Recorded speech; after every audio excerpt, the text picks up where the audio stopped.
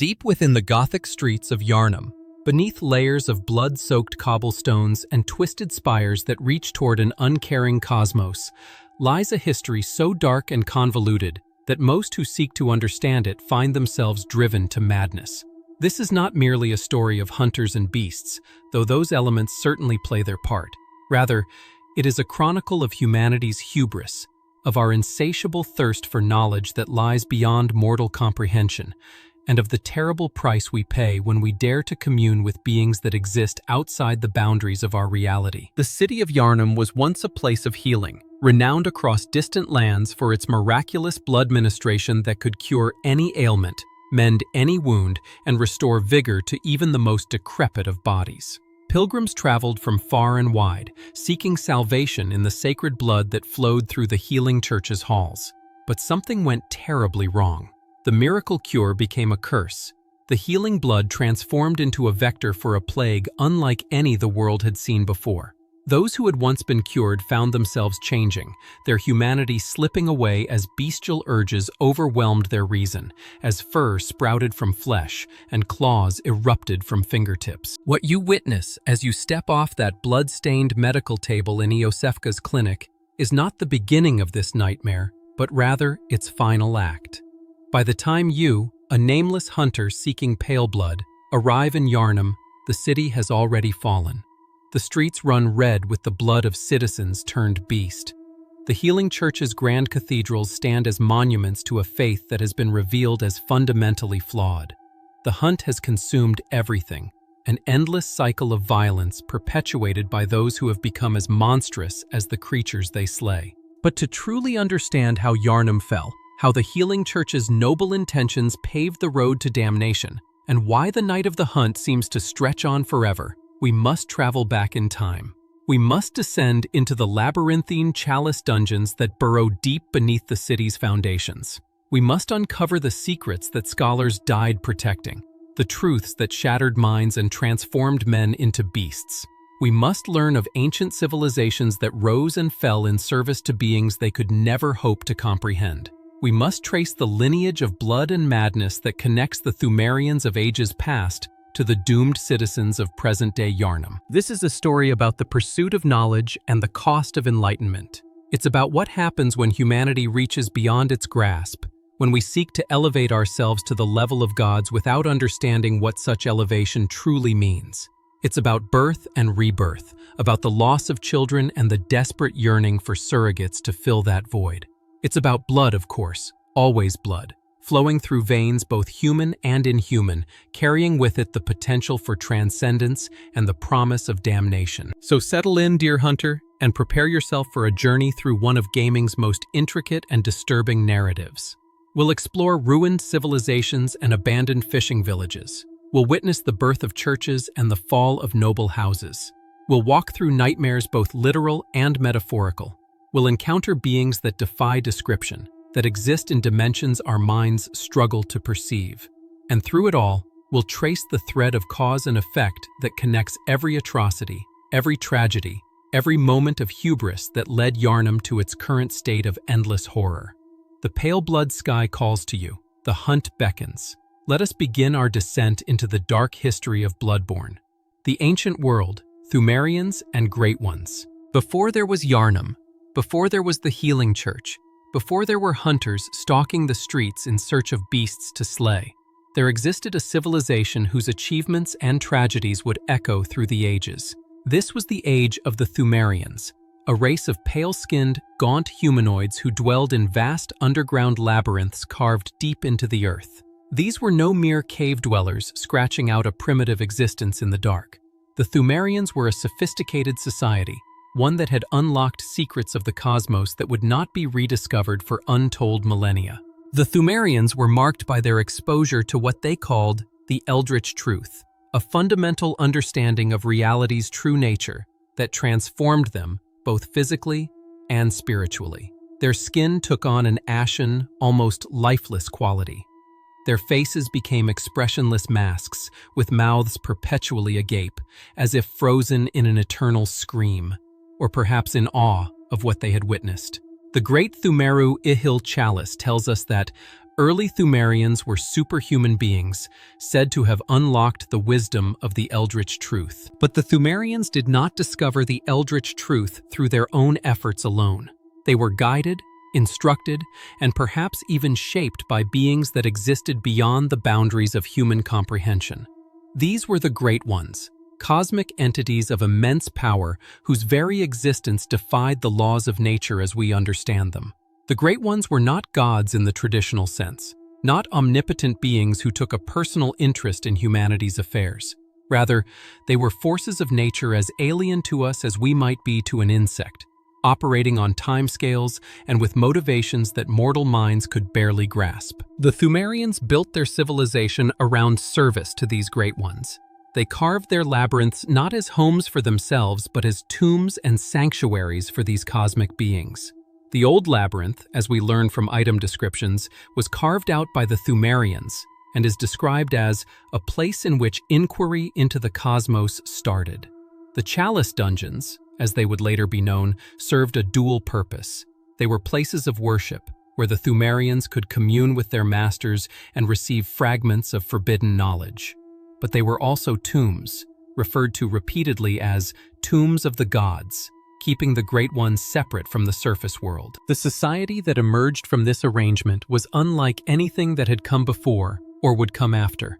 The Pthumerians developed rituals and practices centered around blood, specifically the blood of the Great Ones themselves and of those Pthumerians who had been granted the honor of communion. This wasn't metaphorical blood symbolism, but literal consumption and transfusion of blood, believed to carry within it the essence of transcendence. Through these blood rituals, the Pthumerians sought to elevate themselves, to gain insight into the cosmic order, and perhaps to become more like the beings they served. At the apex of Pthumerian society sat their monarch, traditionally a woman who assumed a title associated with the Pthumerian legacy.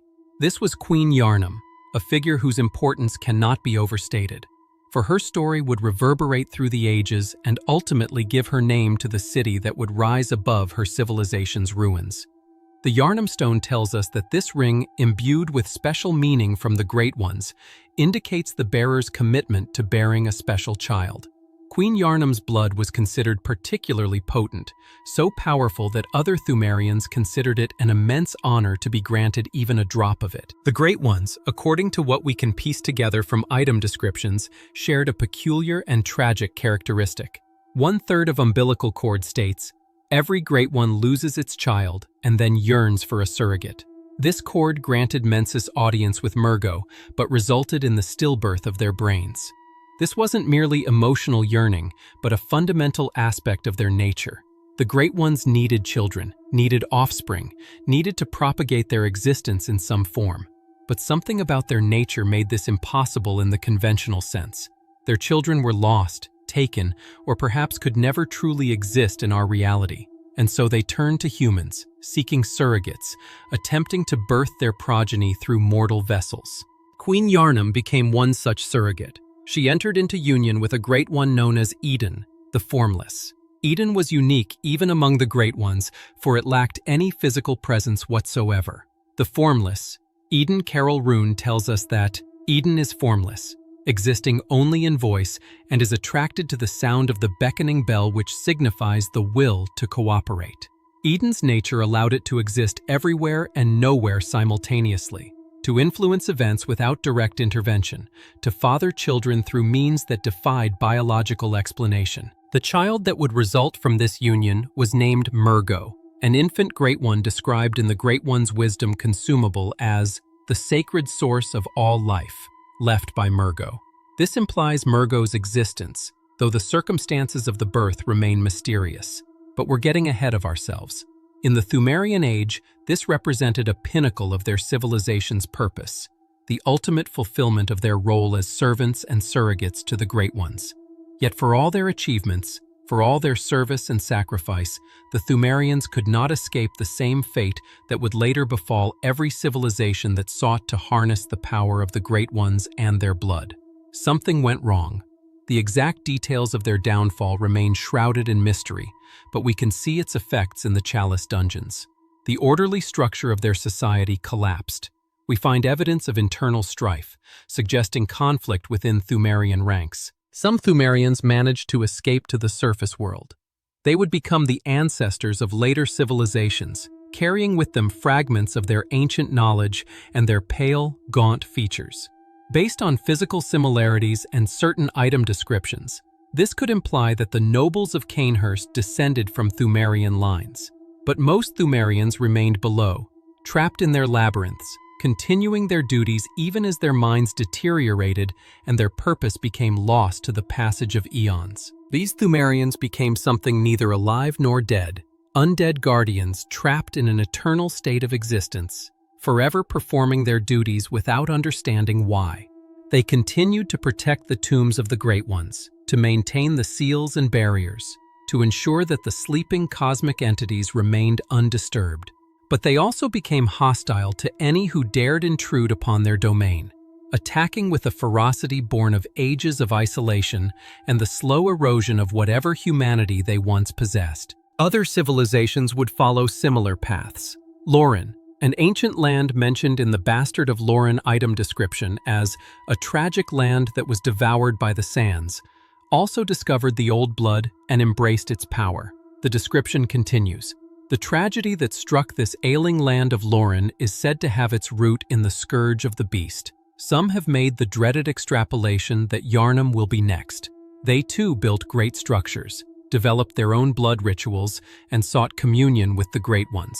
And they too succumbed to a beast scourge that transformed their people into monsters. A fate that should have served as a warning to future generations, but instead was forgotten, lost to the sands that eventually devoured their entire civilization. The beast scourge wasn't a new phenomenon introduced in the Age of Yharnam. It was a recurring cycle, a pattern that repeated throughout history whenever civilizations discovered and embraced the old blood. The connection between the blood and the transformation into beasts seems to be fundamental. Perhaps an inherent property of the old blood itself, or perhaps something deeper that we can only speculate about. Then there was Is, another lost civilization known only through the Chalice dungeons and scattered references.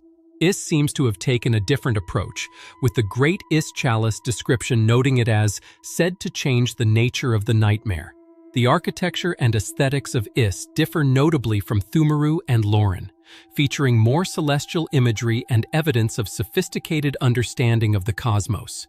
Yet they too ultimately fell, their cities abandoned, their people gone, leaving behind only empty halls and the occasional kin, beings that had transcended humanity but lost something essential in the process. These kin, creatures like the celestial emissaries we encounter, represent another form of transformation. Where the beast scourge turns humans into primal, animalistic monsters, contact with the Great Ones in other ways can produce these kin. They're often squid-like or alien in appearance, bearing little resemblance to their human origins. Based on their appearance and the fact that they're classified as kin rather than beasts, we can infer that these represent what happens when humans gain too much insight too quickly, when their minds expand to perceive cosmic truths but their bodies struggle to keep pace, resulting in a twisted hybrid form. The Great Ones themselves remain largely enigmatic throughout all of this. We encounter a few of them directly throughout our journey through Bloodborne. Ebritus, daughter of the cosmos, a Great One left behind or abandoned, discovered by the healing church in the depths beneath their cathedral. The amygdalae, spider-like beings that cling to buildings throughout Yharnam, visible only to those with sufficient insight. The moon presence, the pale entity that presides over the hunter's dream. The orphan of Kos, born from the corpse of its mother and trapped in an eternal nightmare. And there are others, mentioned in texts or implied by their effects on the world, like the formless Eden. What motivated these beings remains unclear. Were they malevolent, seeking to corrupt and destroy humanity? Were they indifferent, cosmic forces whose mere existence caused ripples that shattered mortal civilizations? Or were they, as the Moon Carol rune suggests, actually sympathetic? The rune states, "The Great Ones that inhabit the nightmare are sympathetic in spirit, and often answer when called upon." If true, this casts the entire narrative in a different light. The horrors visited upon humanity weren't punishments but gifts, given freely to those who requested them. without judgment about whether mortals could handle such power. This is the foundation upon which Bloodborne's story is built, an ancient history of civilizations rising and falling in cycles of discovery, communion, and catastrophic transformation. The Pthumerians and their contemporaries learned terrible truths about the universe and paid terrible prices for that knowledge. They achieved states of being that transcended ordinary mortality but lost their humanity in the process. They served beings that might have been gods or might have been something far stranger, and in that service they found both enlightenment and damnation. All of this lay buried, forgotten, lost to the passage of ages. The surface world moved on, ignorant of the labyrinths below, unaware of the warnings written in blood and madness. New civilizations emerged, new societies formed, new generations came and went, knowing nothing of the Pthumerians or the great ones they served. But some things cannot stay buried forever. Some knowledge, no matter how dangerous, will always be rediscovered by those curious or foolish enough to seek it. And when that happened, when scholars began digging into the earth and uncovering the tombs of the gods, everything that had been forgotten would come rushing back with terrible vengeance. Byrgenwerth and the Discovery. In the present age, or at least what passes for the present in Bloodborne's gothic world, there stood a university on the shores of a moonlit lake. This was Byrgenwerth, an institution of higher learning dedicated to the pursuit of knowledge in all its forms. The scholars of Byrgenwerth were not content with merely cataloging the natural world or philosophizing about the nature of existence. They wanted to dig deeper, to uncover truths that lay hidden beneath layers of myth and superstition. They wanted to understand the fundamental nature of reality itself. At the head of this scholarly institution sat Provost Willem, an elderly man of considerable wisdom and caution. Willem understood that knowledge was a double-edged sword, that some truths were dangerous, that there were things humanity was perhaps not meant to know. His famous adage, "Fear the old blood," would become a cornerstone of his philosophy, a warning that his students would fail to heed. The gold pendant, passed down among the vicars of the Healing Church, carries an inscription, a reminder of the cautionary adage, "We are born of the blood, made men by the blood, undone by the blood. Fear the old blood." Willem believed that evolution and ascension to a higher plane of existence was possible, but not through the blood. Instead, he advocated for the acquisition of eyes, metaphorical and perhaps literal, that would allow one to perceive reality as the great ones did. "We are thinking on the basest of planes," Willem would say. "What we need are more eyes." This wasn't merely poetic language. Willem genuinely believed that insight, the ability to see and understand the cosmic order, was the key to human evolution. The eyes he spoke of were eyes on the inside, a form of perception that transcended normal human senses. Among Willem's students was a young man named Lawrence, brilliant and ambitious, driven by a desire to help humanity overcome its suffering. The eye pendant description tells us, "The discovery of blood entailed the discovery of undesirable beasts." This suggests that Byrgenwerth scholars were aware of the risks even as they pursued their research. Lawrence shared Willem's goal of human evolution but disagreed fundamentally about the method.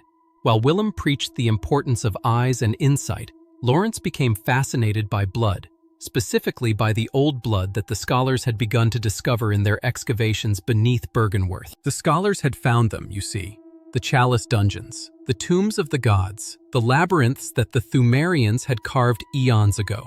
Byrgenwerth had begun hiring tomb prospectors to delve into these underground ruins, to catalog and study everything they contained. The Pthumeru chalice description states, "A chalice that breaks a seal on old labyrinth carved out by Pthumerians, beings that are said to have unlocked the wisdom of the eldritch truth." In the old labyrinth, inquiry into the cosmos from within the old labyrinth was an early Byrgenwerth concept. Let the chalice reveal the tomb of the gods. Let blood be the hunter's nourishment. And what they found down there beggared belief. They found evidence of an ancient, superhuman civilization. They found ritual artifacts and ceremonial chalices. They found creatures that defied classification. They found women who could reanimate corpses. They found a dog perpetually on fire yet somehow still alive. And most importantly, they found blood. Old blood. Sacred blood. the blood of the great ones themselves, preserved in ornate vessels, waiting to be rediscovered. This blood didn't coagulate. It remained fluid, vital, potent even after untold centuries. Initial tests suggested it possessed miraculous healing properties. The sick were cured, the injured were mended. Even terminal conditions seemed to respond to treatment with this old blood.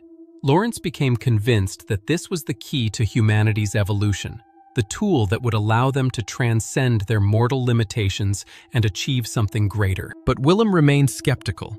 He had seen something in his studies, understood something about the old blood's true nature that gave him pause.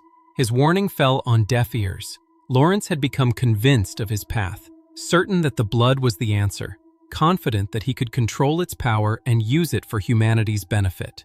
The rift between master and student grew wider. Lawrence wanted to continue experiments with the old blood, to develop techniques for administering it to patients, to make its benefits available to the masses. Willem wanted to proceed with extreme caution, to focus on gaining insight and understanding before attempting to manipulate forces they didn't fully comprehend. Eventually, the disagreement became irreconcilable. Lawrence and several other like-minded scholars left Byrgenwerth to pursue their own vision. They would go on to found the Healing Church, but that's a story for our next section. Willem remained at Byrgenwerth with those students who shared his more cautious approach. They continued their studies of the Chalice dungeons, but Willem's focus shifted more toward insight and eyes rather than blood. He would achieve a form of success in his aims, but at a terrible cost. Willem's pursuit of eyes led him to a small fishing village on a distant shore, a hamlet where something incredible and terrible had occurred. The fishing hamlet was a modest settlement, home to simple folk who made their living from the sea. But one day, the sea gave them an incredible gift. A great one's corpse washed ashore on their beach. This was Kos, or as some say Cosm, a cosmic entity of immense power who had somehow perished and drifted to this remote hamlet. The villagers, in their reverence and perhaps not fully understanding what they had found, began to worship Kos. They harvested the parasites that emerged from her corpse, using them for fuel and sustenance. Over time, Kos's presence began to transform the villagers, granting them strange abilities and altering their physiology in ways both wondrous and disturbing. Word of this discovery reached Byrgenwerth. Willem, driven by his quest for eyes and insight, organized an expedition to the fishing hamlet. What happened next would become one of the darkest chapters in Byrgenwerth's history and would haunt those involved for the rest of their lives. The scholars didn't come to the hamlet as respectful researchers. They came as hunters and despoilers. They slaughtered the villagers, and according to the Accursed Brew item description, which mentions, the inside of the skull was forcefully searched for eyes. They cracked open their skulls in search of eyes, harvesting their organs for study. They desecrated the corpse of Kos, taking samples, examining her remains with cold, scientific detachment. Among those who participated in or witnessed this massacre were several who would become important figures in Yharnam's later history. Gehrman, who would become the first hunter. Lady Maria of the Astral Clock Tower, a skilled hunter from the noble Cainhurst line. Based on their presence in the Hunter's Nightmare and various contextual clues, we can infer that others like Lawrence and possibly Ludwig may have been involved as well, though this is less certain. All of them would carry the guilt and trauma of what they did at the fishing hamlet for the rest of their lives. Lady Maria was so disgusted by what transpired that she threw her weapon, the rakuyo, down a well and swore never to hunt again. The rakuyo description confirms. Lady Maria of the Astral Clock Tower gave up her beloved rakuyo on that day, forever swearing off the hunt. She would later take her own life, unable to live with the memories of the atrocities she had witnessed and participated in. The massacre would also prove to be a catalyst for the creation of the Hunter's Nightmare, a realm of eternal suffering where blood-drunk hunters would be trapped to relive their sins forever. But that too is a story for later. The scholars took what they wanted from the fishing hamlet. They acquired eyes, lots of eyes, from the villagers they had murdered. They obtained an umbilical cord from Kos's unborn child, lined with eyes, a sacred artifact of immense power. They gathered data and samples that would fuel their research for years to come. But they had also committed an unforgivable sin. one that would echo through time and bring terrible consequences. Kaz, though her physical form had died, still existed in some way on the cosmic plane. The Great Ones don't truly die in the way mortals do. They transcend death, their consciousness persisting even after their bodies fail. And Kaz heard the cries of her worshippers. She heard the prayers for vengeance from those few villagers who survived the massacre. She heard the anguish of her own child, ripped from her corpse and taken by the scholars. And in response, she laid a curse upon the hunters. The fishing hamlet priest's dialogue tells us, Byrgenwerth, blasphemous murderers, blood-crazed fiends, atonement for the wretches, by the wrath of Mother Kos, mercy for the poor wizened child, mercy, oh please. Any hunter who became blood-drunk, who became too enamored with the violence and slaughter of the hunt, would be drawn into a nightmare realm after death. There they would be forced to hunt eternally, reliving the cycle of violence that had defined their lives, never finding peace, always seeking one more beast to slay. This hunter's nightmare would become populated with the most skilled and savage hunters from throughout history, all of them trapped, all of them doomed, all of them paying the price for sins they or their predecessors had committed. Back at Byrgenwerth, Willem continued his work. He had gained eyes, but the knowledge they provided was more terrible than enlightening. One of his most notable achievements, or perhaps failures, was the creation or transformation of Rom, the vacuous spider. Rom had once been human, possibly a student of Byrgenwerth, but through some ritual or experiment involving the eyes and insight gained from the fishing hamlet, Rom was elevated to become a sort of great one, or at least a being that existed between humanity and cosmic divinity. But there was a terrible irony to Rom's transformation. She had gained eyes, presumably. She could perceive the cosmic truth, yet she was called vacuous, suggesting that with all those eyes, with all that insight, she still didn't truly understand. The Lunarium key description tells us, the spider hides all manner of rituals and keeps our lost master from us. A terrible shame. It makes my head shudder uncontrollably. Rom's purpose became to hide, to conceal, to maintain a veil between the mortal world and the cosmic reality that lurked just beyond perception. In the game, when you encounter Rom floating in the moonlit lake beneath Byrgenwerth, she's concealing secrets and performing a ritual that hides something from view. When you defeat Rom, that veil lifts, the pale blood sky descends. The true extent of the nightmare becomes visible. Amygdalae that had been clinging to buildings all along suddenly become apparent to those without sufficient insight. The ritual of the School of Mensis, which had been ongoing in secret, is finally revealed. Willem's quest for eyes had created a guardian, a keeper of secrets, a barrier between humanity and truth. Whether this was his intention or an unexpected consequence remains unclear. By the time we meet Willem in the game, he's an elderly, decrepit figure sitting in a rocking chair on the balcony of Byrgenwerth, pointing wordlessly at the lake where Rom dwells. He has achieved a kind of immortality, lingering far beyond a normal human lifespan. But at what cost?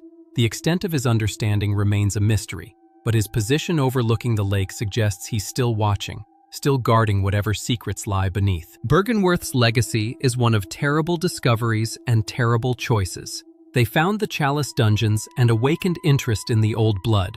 They committed atrocities at the fishing hamlet in pursuit of knowledge.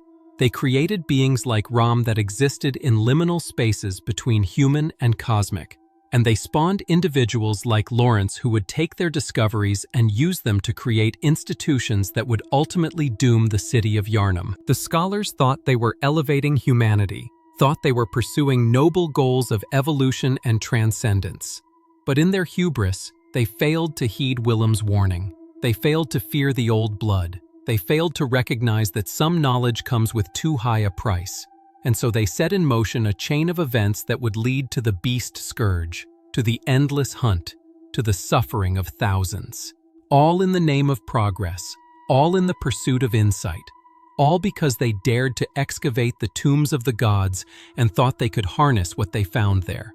The Healing Church, Rise and Corruption. After his departure from Byrgenwerth, Lawrence didn't waste time lamenting his split with Master Willem. Instead, he channeled his energy and ambition into creating something new, something he believed would benefit all of humanity. In the city of Yharnam, built atop the very Pthumerian ruins that Byrgenwerth had been excavating, Lawrence founded the Healing Church. This institution would combine religious devotion with medical practice, offering both spiritual guidance and physical healing to the populace. And at the center of it all was the miraculous old blood that Lawrence had studied at Byrgenwerth. The practice of blood ministration became the Healing Church's greatest gift to Yharnam and surrounding regions. The process involved transfusing patients with the old blood, which possessed seemingly miraculous healing properties. Diseases that had been thought incurable suddenly responded to treatment. Injuries that should have been fatal were mended in days. The elderly found their vigor restored. The sick found themselves whole again. Word spread across the land of Yharnam's miracle cure, and soon pilgrims were traveling from distant regions, all seeking the healing that only the Healing Church could provide. The church's influence grew rapidly. They constructed grand cathedrals and established themselves as the central institution in Yharnam's society. The cathedral ward became the beating heart of the city, a place of worship and healing where the faithful could receive both spiritual guidance and medical treatment. The church's clergy were revered as saints and miracle workers. Their teachings about the old blood and the cosmic order became accepted doctrine, and Lawrence, now known as the first vicar, stood at the apex of this religious and medical empire. But Lawrence hadn't forgotten Willem's warning entirely. He kept the old provost's adage close, literally. The gold pendant description tells us it was passed down among the vicars who head the Healing Church, and is a reminder of the cautionary adage, "We are born of the blood, made men by the blood, undone by the blood. Fear the old blood." The pendant also contained a unique blood gem that was particularly effective against beasts, suggesting that Lawrence and his associates understood from early on that there was a connection between the old blood and beastly transformation. Yet despite keeping this reminder, despite maintaining some awareness of the risks, the Healing Church proceeded with blood ministration on an ever-expanding scale. Perhaps they believed they could control it. Perhaps they thought their precautions were sufficient. Or perhaps they simply decided that the benefits outweighed the risks. Whatever their reasoning, the church became deeply invested in the continued use and distribution of the old blood. To sustain their practices, the church needed sources of this precious blood. They couldn't rely solely on whatever samples they had acquired from the chalice dungeons, so they began to expand their operations and their methods. Within the Healing Church, different factions emerged, each pursuing their own approach to understanding and harnessing the power of the old blood and the Great Ones. The choir represented the highest echelon of the Healing Church's scholars.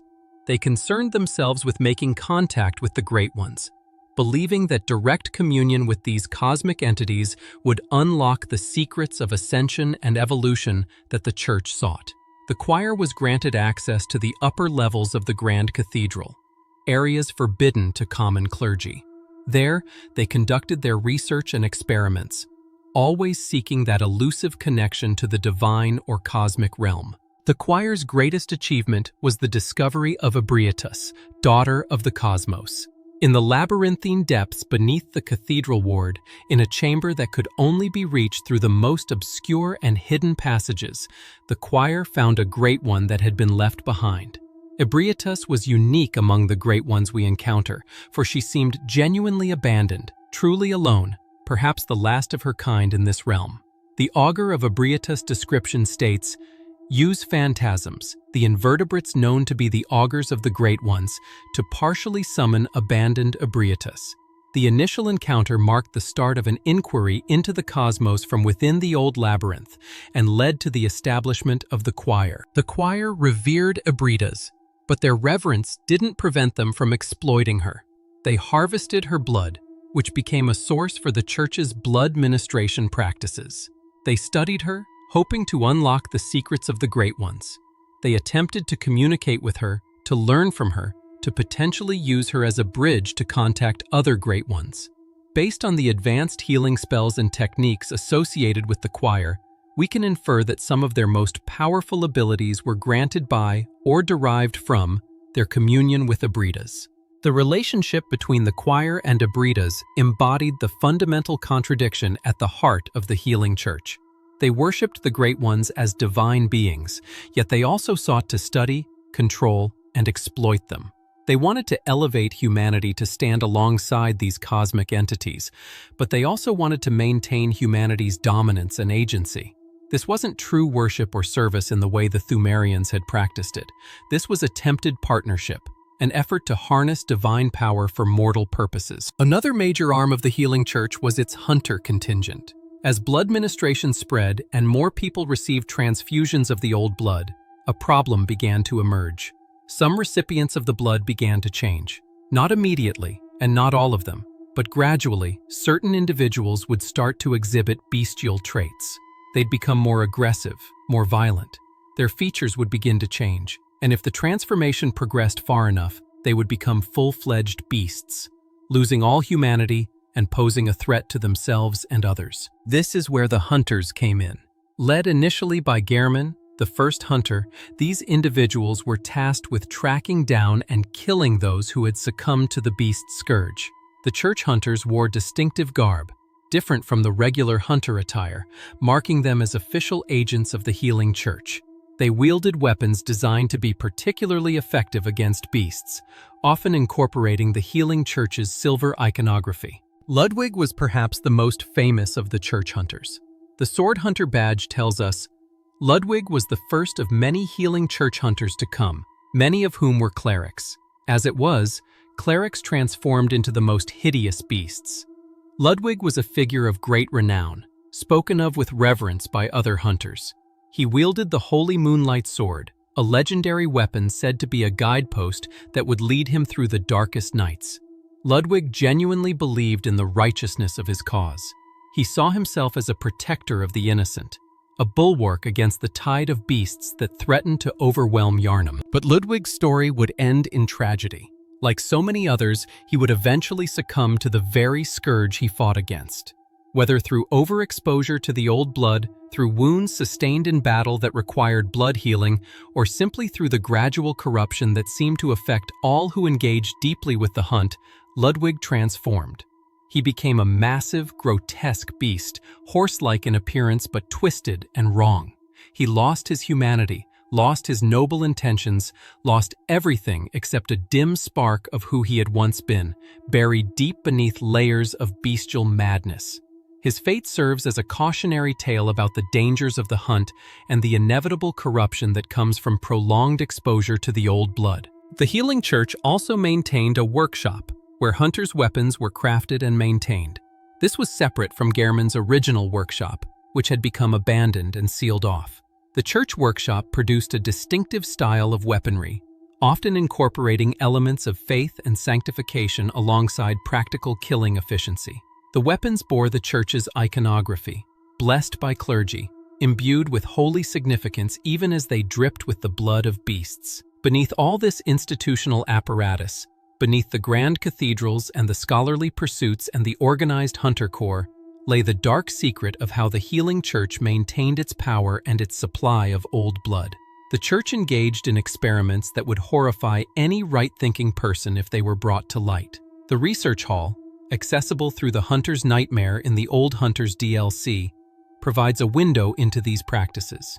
The research hall was where the healing church conducted experiments on human subjects, typically patients who had come seeking healing or volunteers who had been promised transcendence. The experiments involved attempting to grant these subjects eyes, following on Willem's theories but taking them to brutal extremes. The scholars would expose patients to parasites and arcane rituals, trying to induce transformation, trying to grant insight, trying to force human evolution in a direction that would make them more like the Great Ones. The results were universally horrific. The patients in the research hall became twisted, malformed things. Some grew slug-like appendages, others had their heads grotesquely enlarged. All of them suffered immensely, their minds fractured by the insight they had gained but couldn't process. They would call out for Lady Maria, who had taken on the role of their caretaker after leaving the hunt. They prayed for salvation that would never come.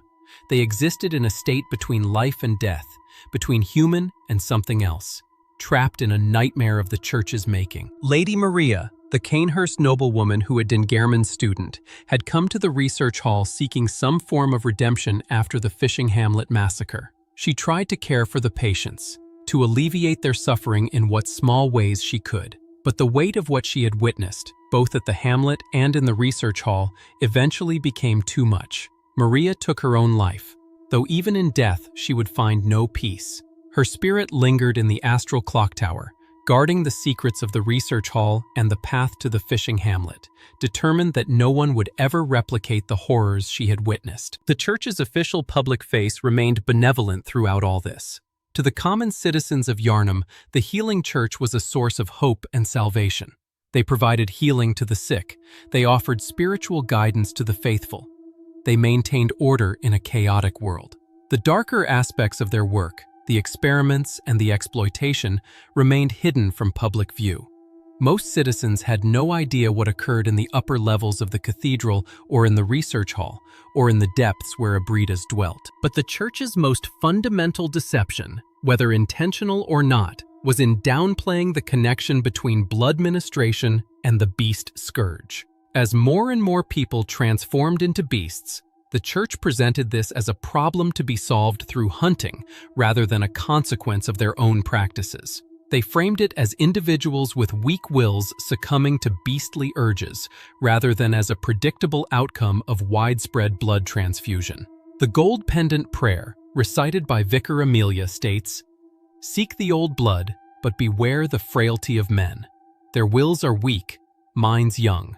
This placed the blame on individual moral failing rather than on systemic issues with the old blood itself. There's also evidence suggesting that the healing church might have been responsible for creating or spreading the very plagues that they then cured with blood ministration. Many believe the ashen blood disease that ravaged Old Yharnam was deliberately introduced, possibly through contamination of the water supply. The church arrived with their blood cure just as the disease was reaching its peak, earning the trust and gratitude of Old Yharnam's populace.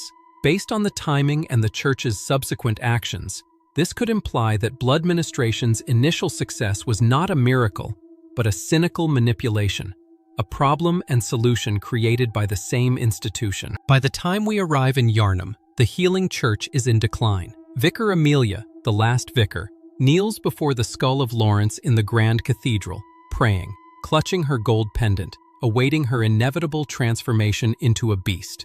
The church hunters have largely succumbed to the scourge or abandoned their posts. The grand cathedrals stand empty except for monsters. The miracle cure has been revealed as a curse. Everything Lawrence built, all his noble intentions and grand visions, has crumbled into ruin. Lawrence himself met a fitting end for someone who refused to heed warnings about the old blood. He became the first cleric beast, transforming into a massive horned monstrosity.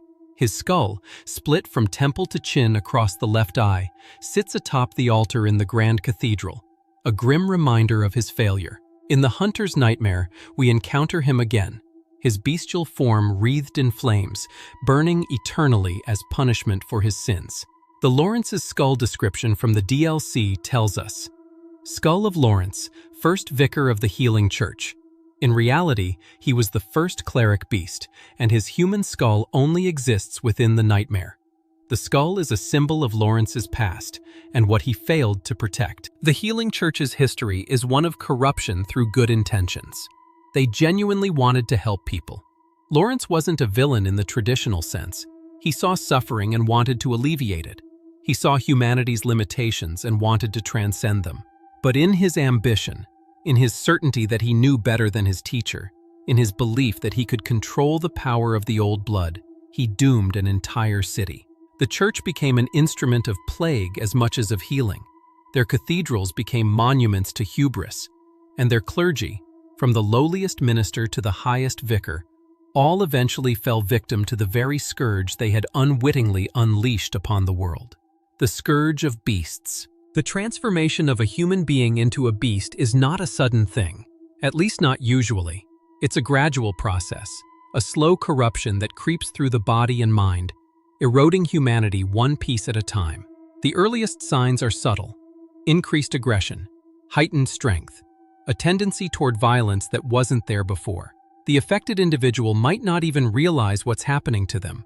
They might attribute their changing behavior to stress, to the chaotic state of Yharnam, to anything except the truth. As the transformation progresses, physical changes become apparent. The old hunter trousers description notes, A widespread belief of the period was that beast blood crept up the right leg, and this led to the double-wrapped belt.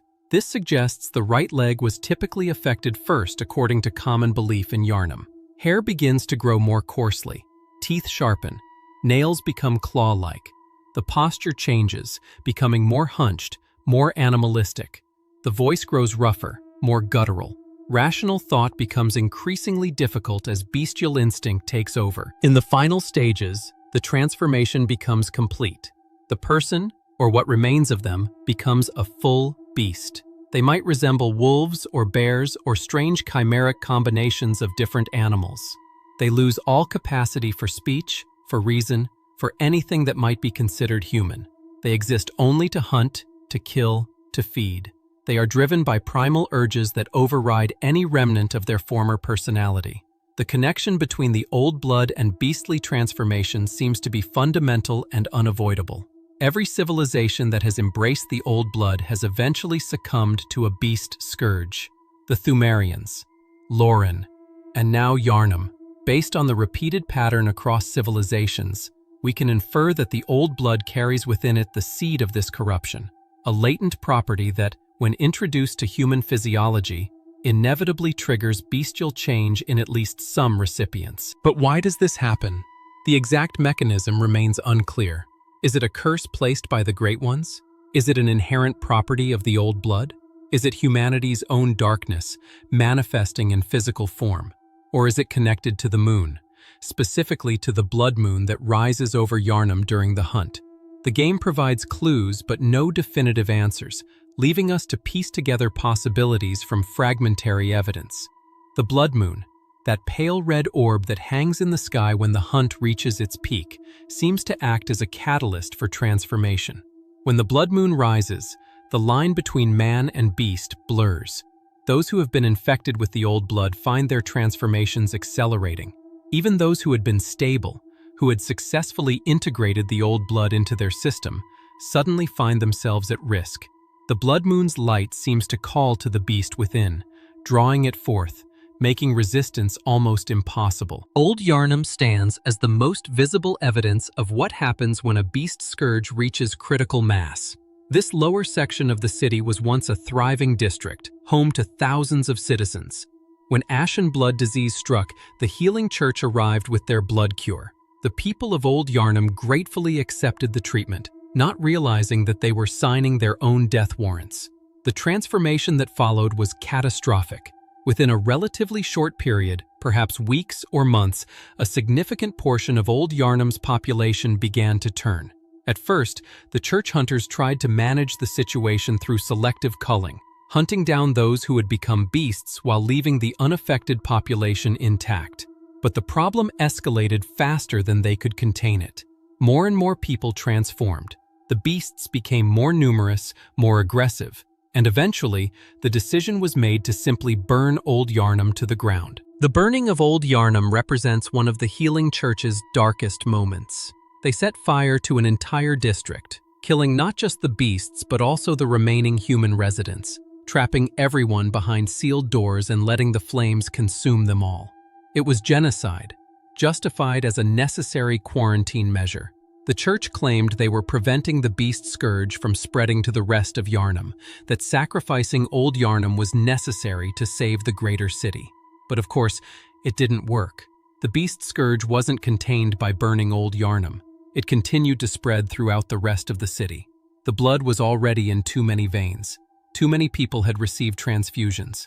The beast was already loose, already spreading, already doomed to eventually consume all of Yharnam, just as it had consumed Old Yharnam. Jura, the retired hunter, whom we meet in the game standing guard over Old Yharnam with his Gatling gun, represents one of the few voices questioning the hunt itself. Jura recognizes that the beasts of Old Yharnam were once people, that they didn't choose their fate, that they are victims as much as threats. His dialogue tells us, "The things you hunt, they're not beasts, they're people. One day you'll see, they're no different from you or I." He tries to prevent further violence in Old Yharnam, shooting at any hunter who approaches, hoping to preserve what little remains even if that remainder consists only of beasts prowling through charred ruins. The beast scourge doesn't discriminate based on social status or piety. Even the healing church's own clergy aren't immune. The cleric beasts represent the most ironic victims of the scourge. These were men and women who dedicated their lives to the church, who administered the old blood to others, who genuinely believed they were doing holy work.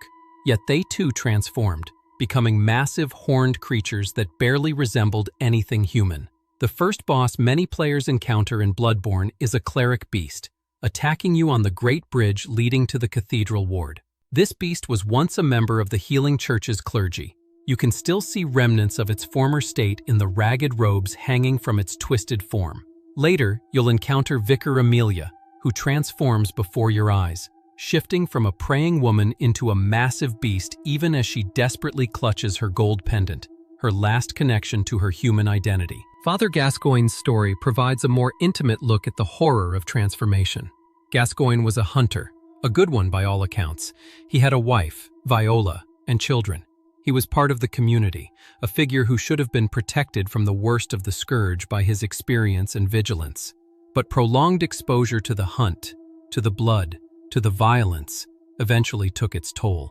Gascoigne became blood-drunk, intoxicated by the killing, losing himself to the hunt's savage pleasures. When you encounter Gascoigne in the Tomb of Eden, he's already far gone. He speaks in broken sentences, mixing languages, his mind fracturing even as you fight him. And when you reduce his health enough, he transforms completely, becoming a beast mid-battle.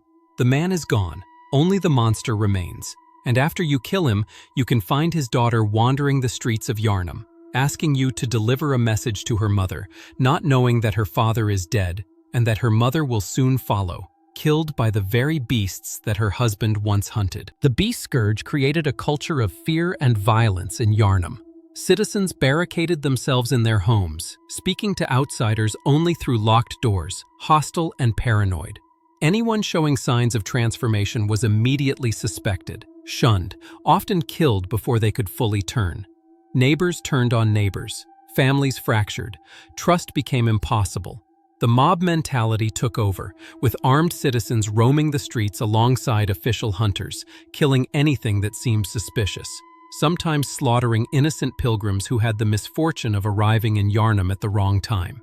This mob violence was encouraged by the church and the hunt. The citizens were told that beasts were everywhere, that vigilance was necessary, that anyone could transform at any moment. So they armed themselves with torches and pitchforks and crude weapons. They formed hunting parties. They killed with impunity, often not bothering to verify whether their targets were actually beasts or just people in the wrong place at the wrong time. The hunt became an excuse for violence, a sanctioned outlet for humanity's darkest impulses. And yet, for all the horror, there's a tragic element to the beasts themselves. They didn't choose this fate. They were victims of the healing church's hubris, of bloodministration's unforeseen consequences. The citizens of Yharnam who transformed into beasts had come seeking healing. They trusted the church. They believed in the miracle cure. And for that trust, for that faith, they were rewarded with the loss of their humanity and eventual death at the hands of hunters. Some beasts seem to retain fragments of their former selves. You can see it in their behavior sometimes, moments where the beast pauses, where something almost like recognition flickers across their monstrous features. The beasts that cling to clothing or tools, the ones that seem to be trying to perform tasks they once knew how to do, these are the saddest cases. Based on their behavior patterns, we might infer they're trapped between states, neither fully beast nor fully human, aware on some level of what they've lost but unable to reclaim it. The beast scourge ultimately reveals the fundamental tragedy at Bloodborne's heart. The old blood was supposed to elevate humanity, to grant us transcendence and healing. Instead, it reduced us to animals, stripped away everything that made us human, transformed our greatest achievements into dens of monsters. Every person who received bloodministration was playing Russian roulette, gambling that they would be among the lucky ones who didn't transform, that they could enjoy the benefits without paying the price. And for a while, many succeeded. But eventually, inevitably, the bill came due. The beast scourge is humanity's punishment for daring to consume the blood of gods, for trying to elevate ourselves through means we didn't understand and couldn't control. Cainhurst and the Vile Bloods. Far from Yharnam, across a lake shrouded in mist, through valleys dark and foreboding, stands forsaken Castle Cainhurst. This ancient fortress, home to a lineage of nobles whose bloodline stretches back to the Pthumerians themselves, represents a different path, an alternative approach to the old blood and its power. Where the healing church sought to use the blood for healing and mass distribution, where they framed their practices in terms of medicine and faith, the nobles of Cainhurst embraced the blood in its most primal form. The Cainhurst nobles were bound by bloodlines and tradition. They valued their heritage, their nobility, their connection to ancient power. Based on their physical characteristics and certain architectural similarities found in the Chalice dungeons, we can infer that the Cainhurst line descended from Pthumerian ancestors. The castle itself reflects this aristocratic heritage, a monument to old-world nobility with its grand halls and luxurious furnishings, its portraits of generations of nobles lining the walls. According to Alfred the Executioner, a scholar from Byrgenwerth betrayed his colleagues and brought forbidden blood to Cainhurst Castle. The Radiance Carol rune description tells us, a secret symbol left by Carol, runesmith of Byrgenwerth, the rune for radiance adopted by the sworn executioners under Logarius's command. The executioners despised the impure Vile Bloods. Whether this was an act of genuine betrayal or perhaps a desperate attempt to preserve knowledge that Willem was restricting, the result was the same. The nobles of Cainhurst gained access to the old blood and immediately understood its potential in ways that the healing church did not. Rather than diluting the blood and administering it as a cure for disease, the Cainhurst nobles consumed it directly. They drank it in rituals, mixed it with their own blood, created a communion around its consumption. This practice transformed them, but not into beasts. Something about their Pthumerian heritage, something about the method of consumption, or perhaps something about their aristocratic bloodline itself, allowed them to integrate the old blood differently. They became stronger, faster, more resilient. They developed an insatiable thirst for blood. They achieved a form of immortality, or at least greatly extended lifespans. But they retained their humanity, their intelligence, their noble bearing. At the heart of Cainhurst society sat Queen Annalise, the last ruler of the Vile Blood line. The title Vile Blood was originally a derogatory term used by the healing church to describe the Cainhurst nobles, equating their blood practices with corruption and blasphemy. But the nobles embraced the title, wore it proudly, made it their identity. The Cainhurst badge tells us, the Vile Bloods are hunters of blood, and hunt prey as they search for blood dregs.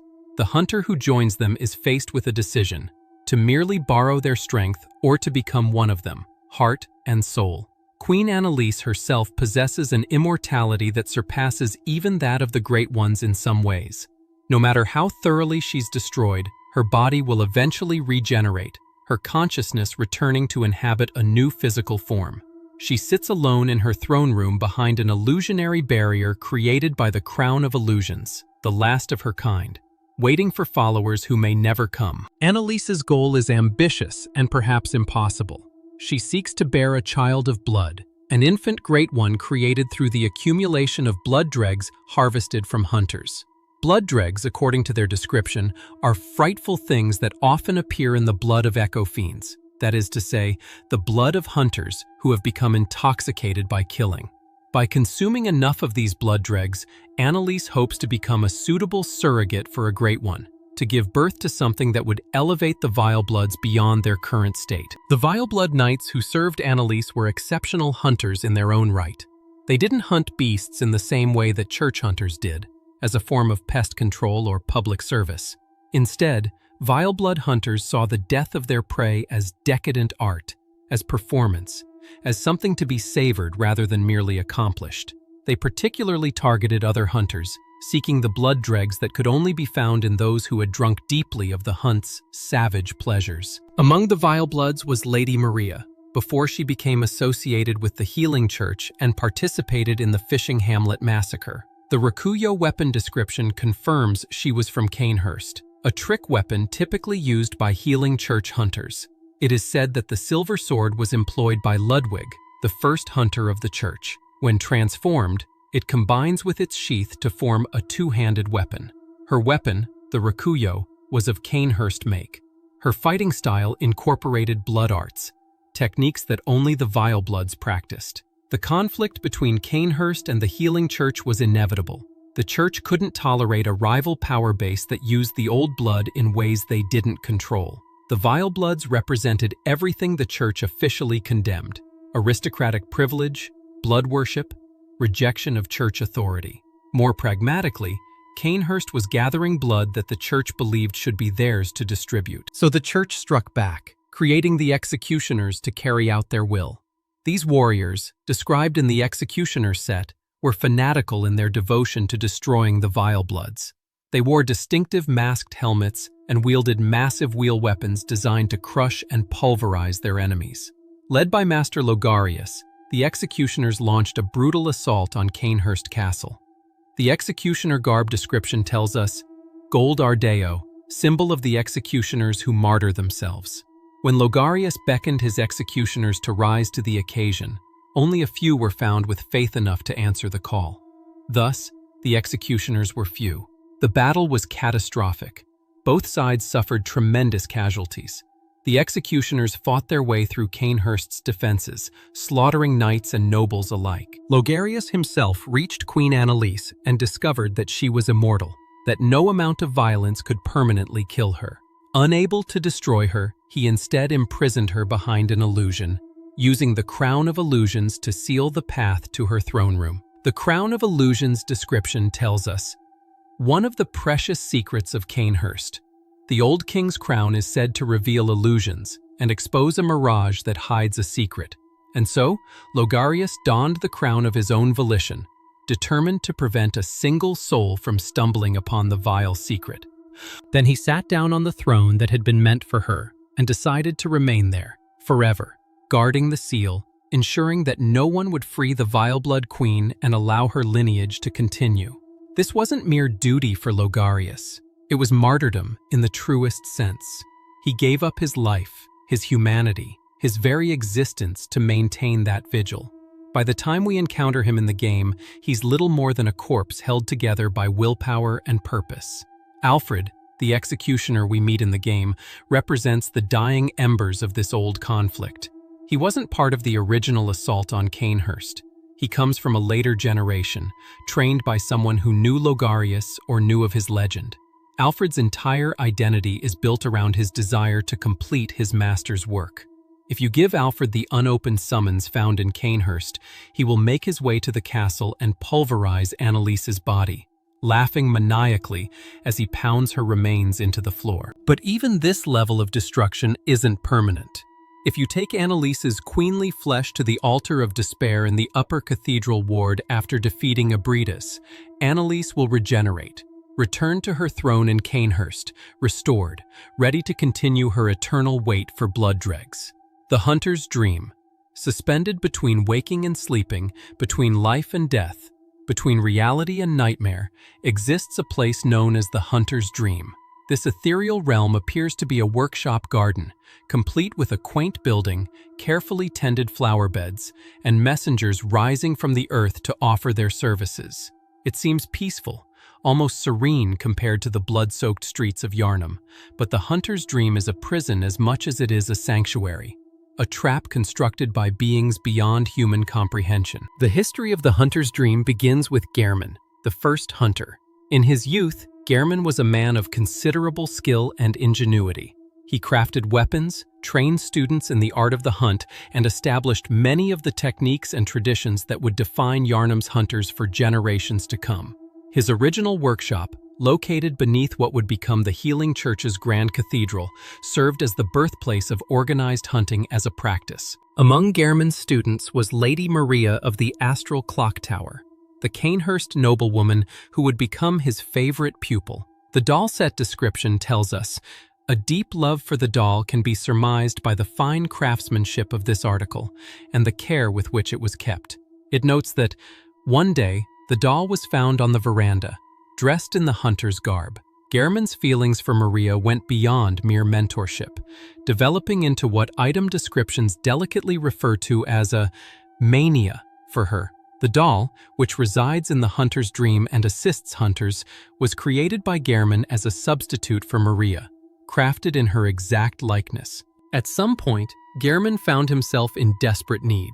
Based on the evidence we find, the exact sequence of events remains somewhat unclear, but we know he sought help from cosmic forces. In the abandoned old workshop, you can find a third of umbilical cord with the description, "Every great one loses its child, and then yearns for a surrogate."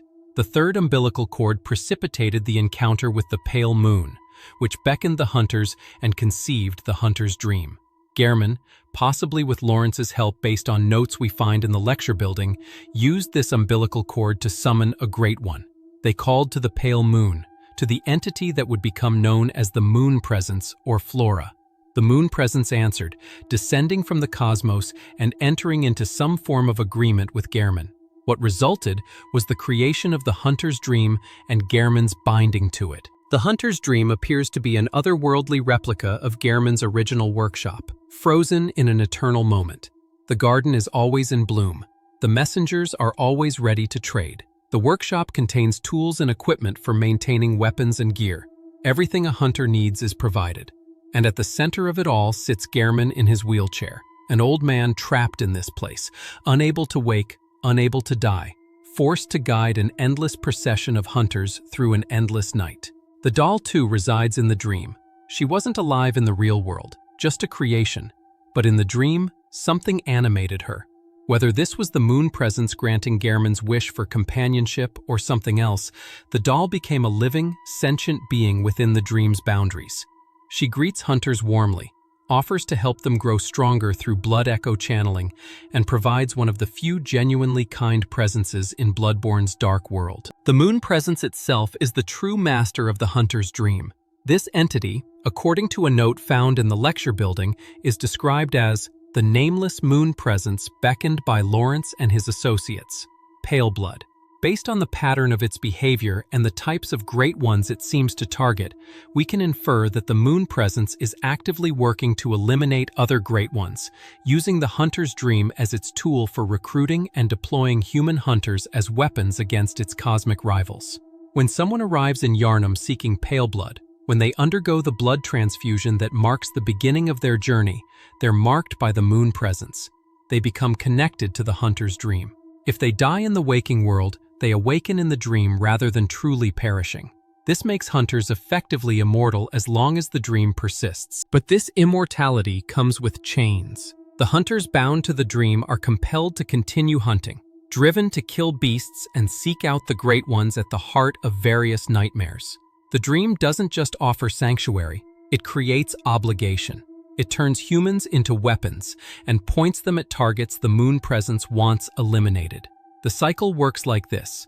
A hunter is bound to the dream. They hunt through the night, killing beasts, gaining strength, slowly working their way toward whatever great one is currently causing the most disruption.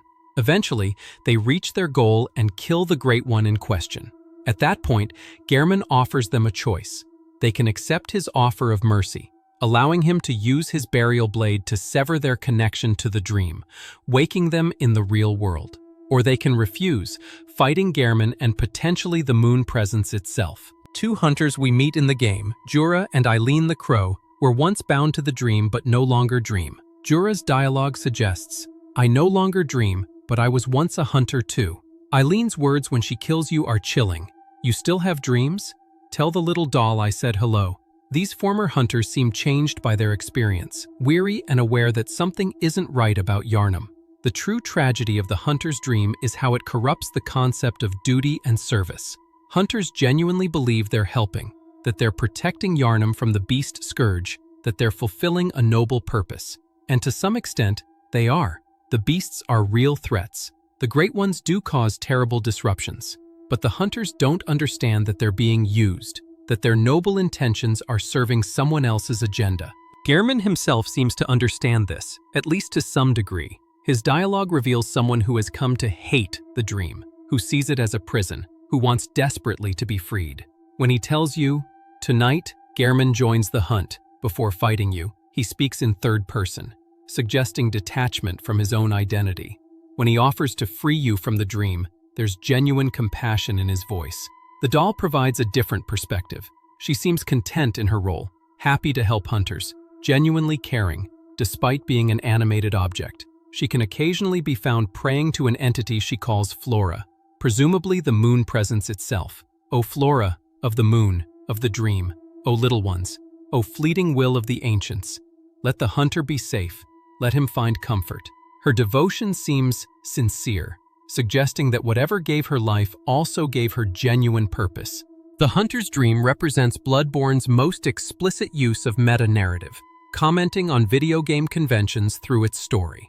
The player character's inability to truly die mirrors the player's ability to respawn after death. The progression of stats through the doll mirrors standard RPG leveling mechanics. The storage chest, the weapon upgrade system, the ability to teleport between lamps, all the standard quality-of-life features are presented within the narrative as aspects of this supernatural dream realm.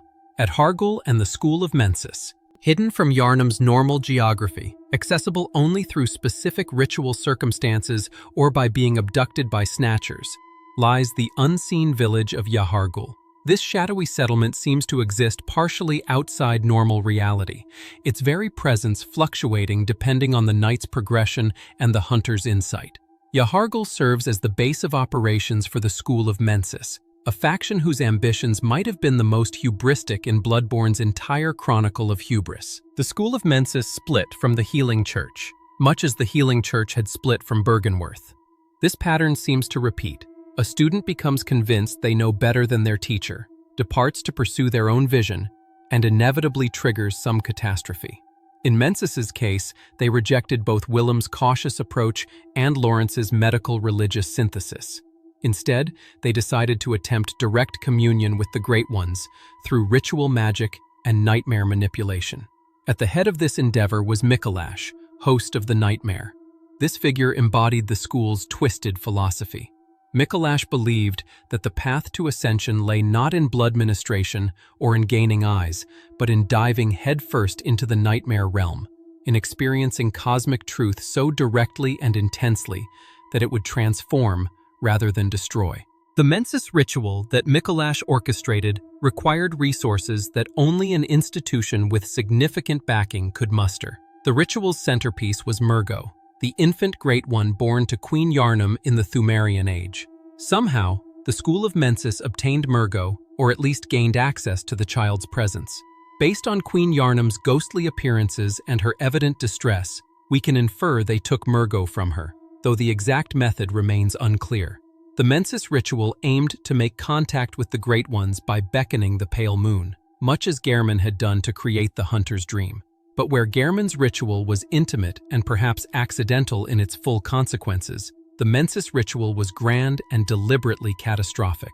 They wanted to create an entirely new nightmare realm, one shaped by their own design. To power this ritual, Mikolash and his associates needed numerous participants. The scholars of Yahargul wore iron cages on their heads, the Mensis cages, described as, "The cage is a symbol of the Mensis ritual, during which the School of Mensis beckoned the descending of a Great One." These cages were supposed to help facilitate their contact with the nightmare realm. They weren't comfortable apparatus, but they worked, in their fashion.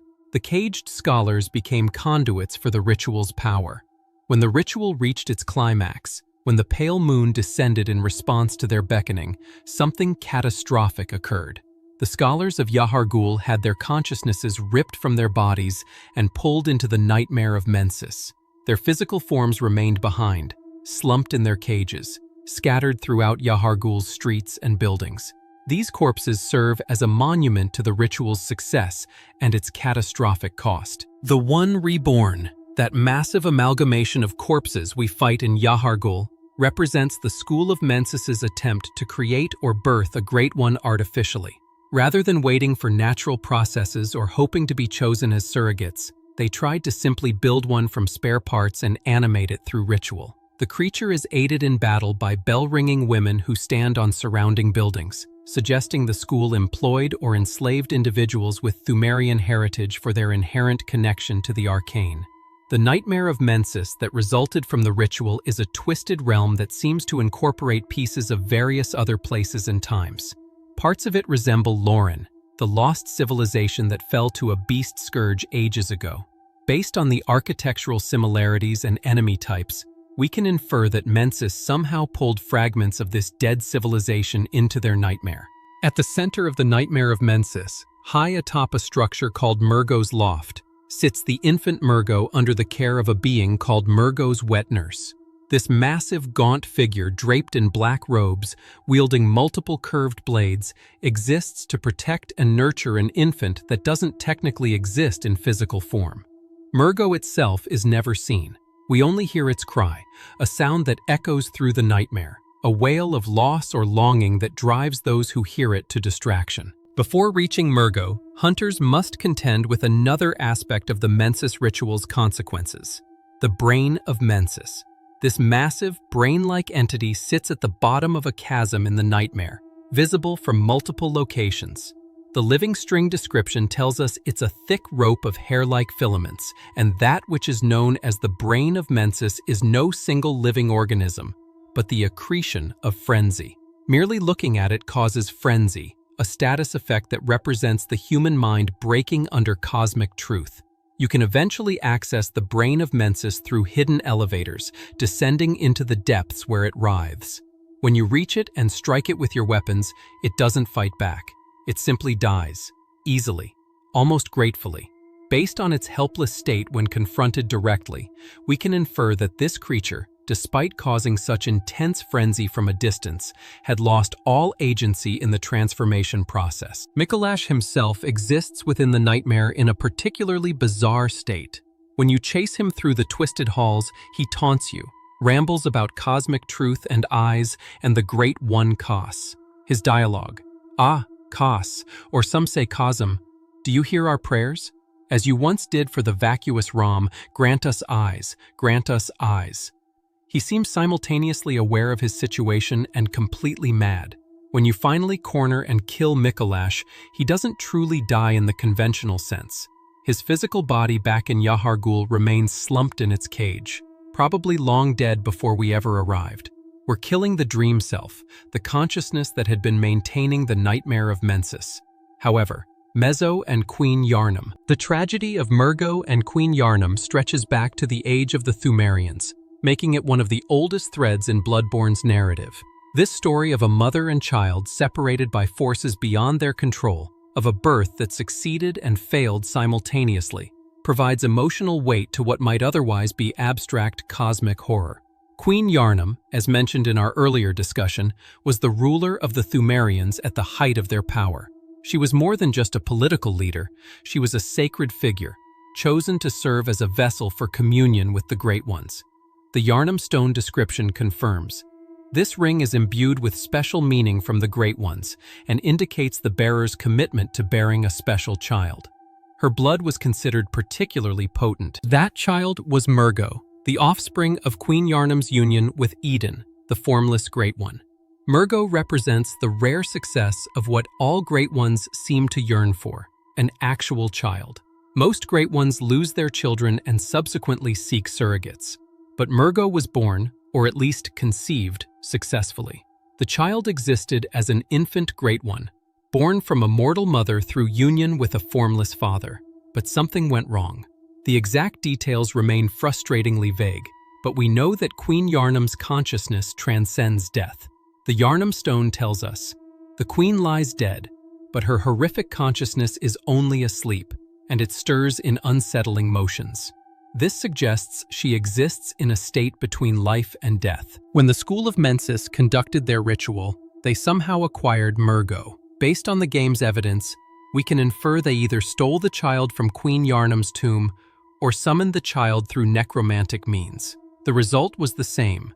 The infant Great One became the centerpiece of the Mensis ritual, used to beckon the pale moon and create the nightmare of Mensis. The nightmare that formed around Murgo seems designed as a sort of nursery or sanctuary for the child.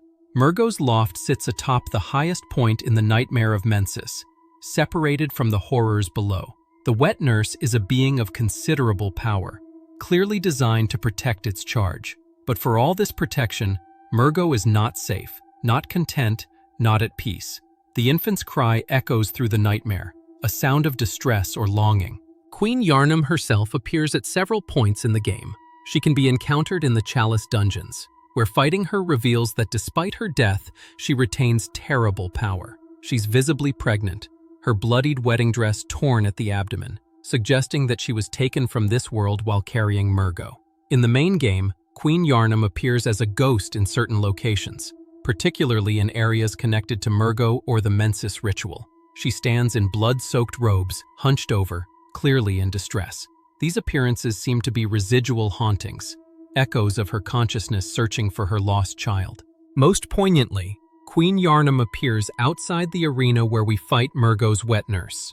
After defeating the wet nurse and silencing Murgo's cry, if you return to that spot, Queen Yharnam will bow to you. This gesture is extraordinary in Bloodborne's context. Throughout the entire game, almost every entity tries to kill you or flee from you. To have this ancient queen bow in what appears to be gratitude suggests that you've done something merciful, though whether you freed Murgo or killed the child remains ambiguous. The Hunter's Nightmare, the realm explored in Bloodborne's Old Hunters DLC, is quite literally a hell for hunters. It exists as a punishment and prison for those who became blood drunk, who lost themselves to the savage pleasures of the hunt. The amygdalan arm description tells us, the arm of a small amygdala great one. Strictly speaking, the amygdala in the nightmare is a different being, but there is no distinguishing them, as it is essentially the same nightmare. This nightmare realm draws in guilty hunters after their death, trapping them in an eternal replay of violence and slaughter. The curse that created the Hunter's Nightmare originated at the fishing hamlet. Kos, though physically dead, heard the prayers of her worshippers from her place in the cosmic realm. The Great Ones are sympathetic in spirit, after all, and these were desperate prayers for vengeance against blasphemous murderers. From the cosmic plane, Kos laid a curse upon the hunters. Any hunter who became too enamored with killing would be drawn into the nightmare after death. The Hunter's Nightmare takes the form of a twisted version of Yharnam, specifically areas from the city's past. Parts of it resemble old Yharnam before the burning. Other sections recreate the Grand Cathedral and surrounding areas, but distorted, blood-soaked, and burning. A river of blood flows through part of the nightmare, fed by countless kills. Populating this nightmare are the most skilled, most savage hunters from throughout history. They're no longer lucid, no longer remembering why they fight. They simply attack anything that moves, driven by instinct. The Harrowed Set description notes, attire of a hunter who wandered into the nightmare.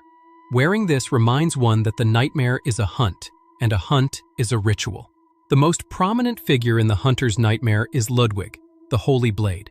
In life, Ludwig was a paragon of hunters, someone who genuinely believed in the righteousness of his cause. The Guidance Carol rune tells us, when Ludwig closed his eyes, he saw darkness, or perhaps nothingness, and that is where he discovered the tiny beings of light. Ludwig was certain that these playful dancing sprites offered spiritual guidance. He founded the Healing Church Hunters and wielded the Holy Moonlight Sword, but Ludwig's faith didn't protect him from corruption. He succumbed to the beast Scourge, transforming into a massive, grotesque, horse-like creature. When we encounter Ludwig in the Hunter's Nightmare, he's barely aware, attacking with mindless ferocity. A wounded figure lies near his arena, someone who attempted to fight Ludwig and failed.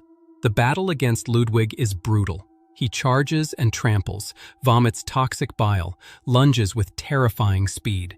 But if you survive long enough to reduce Ludwig's health to half, something remarkable happens. Ludwig falls, seemingly defeated, but then his hand finds his weapon, the Holy Moonlight Sword still strapped to his back. He grasps it, raises it, and in that moment, he remembers. The beast's movements become more controlled, more graceful. He wields the sword with skill, coating it in moonlight, fighting not as a beast but as a hunter. Ludwig has regained enough of himself to access his legendary abilities.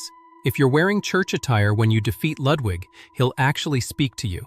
His words are disjointed, questioning whether his guiding moonlight was real, whether the path he followed was true, whether he did the right thing. If you tell him his guiding moonlight was true, that his work was honorable, Ludwig dies content. believing he served a noble purpose. If you tell him the truth, that the healing church hunters became the most hideous beasts, he screams in anguish, dying with the knowledge that everything he believed was a lie. Ludwig's story encapsulates the tragedy of the hunt itself. He was a good man who genuinely wanted to help people. He created an organization dedicated to protecting Yharnam from the beast scourge. He inspired generations of hunters with his noble bearing and legendary skill. But none of that mattered in the end. The corruption came for him anyway. He became a beast. He was dragged into the nightmare. And even in death, even in this hellish realm, he questions whether any of it meant anything. Beyond Ludwig's arena lies the research hall, one of Bloodborne's most disturbing locations. This was where the healing church conducted its most unethical experiments, attempting to grant humans eyes and insight through exposure to parasites and arcane rituals. The patients in the research hall were promised enlightenment, promised evolution, promised transcendence. What they received was agony. The research hall patients are pitiful creatures. Some have grown slug-like appendages. Others have grotesquely enlarged heads, their skulls swollen with the eyes they were granted. Eyes that see cosmic truths their minds cannot process. They shuffle through the halls, moaning, praying to Lady Maria for salvation, existing in states that can barely be called life. They gained insight, yes. They can perceive things that normal humans cannot. But that insight brought only suffering, not enlightenment. The experiments seem to have been particularly focused on sea-related imagery and symbolism. Many of the patients have transformed in ways that make them resemble deep-sea creatures or mollusks. This connects to the healing church's belief, inherited from Byrgenwerth, that the Great Ones were somehow linked to the sea. Master Willem's own research had focused on this connection, and the church expanded upon it by attempting to force humans to undergo similar transformations to those experienced by the fishing hamlet villagers who were exposed to Kos. Lady Maria of the Astral Clock Tower serves as the guardian of the research hall and the path beyond it. She sits in a chair in the clock tower, appearing lifeless until you approach, at which point she rises to fight. Maria was Gehrman's prized student, a skilled hunter from the noble Cainhurst line who had mastered blood arts that most hunters couldn't even attempt. But she was also someone who came to deeply regret her role in the hunt, particularly after the fishing hamlet massacre. After that atrocity, Maria threw her weapon, the rakuyo, down a well, symbolically rejecting the hunter's life. She took on the role of caretaker in the research hall, trying to ease the suffering of the patients, trying to find some redemption for her past sins. But the weight of what she had witnessed and participated in eventually became too much. Maria took her own life, though her spirit lingered in the clock tower, guarding the path to the fishing hamlet, determined that no one would ever reach that cursed place again. The fight against Maria is elegant and deadly. She wields the rakuyo with supernatural skill despite having discarded it in life. Or perhaps this is a dream version of the weapon, a memory of her fighting style preserved in the nightmare. As the battle progresses, Maria becomes more desperate, more willing to use the blood arts she once despised. She coats her weapons in blood, first her own, then blood that seems to come from nowhere, drawn from the air itself. In her final phase, she levitates, pulling in blood from all around, becoming an avatar of the very thing she rejected. When Maria dies, or when her spirit is finally laid to rest, she reaches out as if to touch you, then falls. It's a gesture of exhaustion, of release, perhaps even of gratitude. She's been guarding this path for so long, carrying her guilt for so long, trapped in this nightmare for so long. Death or dispersal must feel like mercy. Beyond Maria's clock tower lies the fishing hamlet itself, preserved or recreated in the nightmare exactly as it was on that terrible day when the hunters came. The hamlet is a small coastal village, its architecture suggesting isolation and simplicity. Massive ship masts float impossibly in the air above the water, suggesting some catastrophe that befell the village's fishing fleet. The residents, transformed by their proximity to Kos and her parasites, shuffle through the streets, hostile to intruders but also pitiable in their mutations. At the entrance to the hamlet, you encounter a priest who speaks constantly, cursing the hunters, praying to Kos, lamenting what was done to his people. You can attack him, but you cannot kill him. He's invincible, unkillable, existing as an eternal witness to the hunter's sins. His words indict everyone who participated in the massacre, calling them blasphemous murderers, cursing them and their children. Throughout the fishing hamlet, you find evidence of the systematic violence that occurred here. The accursed brew item, a malformed human skull that shows evidence of surgical intervention, tells us that the scholars forcibly searched these villagers' heads for eyes. The Winter Lantern's enemies, which bear disturbing resemblance to the doll that resides in the hunter's dream, suggest connections between the massacre, Gehrman's guilt, and the creation of the hunter's dream itself. At the far end of the hamlet, on a beach where the tide eternally laps at black sand, lies the corpse of Kos. This massive creature, a great one whose body washed ashore and blessed this village with her presence, has been dead for what might be centuries or millennia. Her body shows signs of the desecration it suffered at the hands of the scholars, and standing over her, having just been born from her corpse, is the orphan of Kos. The orphan is the nightmare's source and its final guardian. This is the child that was stolen or never allowed to properly be born, the offspring of a great one who should have been sacred but instead became a tool for scholarly experimentation. The orphan appears as a twisted, pale humanoid creature, clutching a placenta-like weapon, screaming with rage and anguish. The battle against the orphan of Kos is widely considered one of the most difficult in all of Bloodborne. The creature is incredibly fast, incredibly aggressive, using its placenta weapon in brutal combos that can kill in seconds. As the fight progresses, the orphan becomes more frenzied, eventually sprouting spectral wings and taking to the air, calling down lightning, embodying the full wrath of its parent and the fishing hamlet's curse. When you finally defeat the orphan, it doesn't die immediately. It falls to the sand, lets out one final cry, then dissolves. At that moment, a ghostly figure rises from Kos's corpse, a shade that might be the true orphan or perhaps Kos herself, ascending finally to the cosmic realm from which she came. The nightmare begins to break apart. The curse lifts, and back in the hunter's dream, Gehrman begins sleeping more peacefully for the first time in ages. Based on this change in his behavior following the orphan's defeat, we can infer he was one of those cursed by the fishing hamlet massacre. The lifting of the curse doesn't undo what was done. It doesn't bring back the villagers who were murdered. It doesn't erase the suffering of the orphan or the desecration of Kos. But it does end the hunter's nightmare, freeing all those trapped within it. The hunters who had been condemned to eternal violence finally find release. The cycle of punishment and suffering comes to an end. In a game filled with tragedies that cannot be resolved, the orphan's death represents one of the few instances where you can actually break a curse, end a nightmare, provide some measure of closure. The final optional content in the Old Hunters DLC involves Lawrence, the first vicar, encountered in a side area of the hunter's nightmare. His skull can be found in the real world atop the altar in the Grand Cathedral where Vicar Amelia prayed. But his consciousness, like so many others, was dragged into the nightmare after death.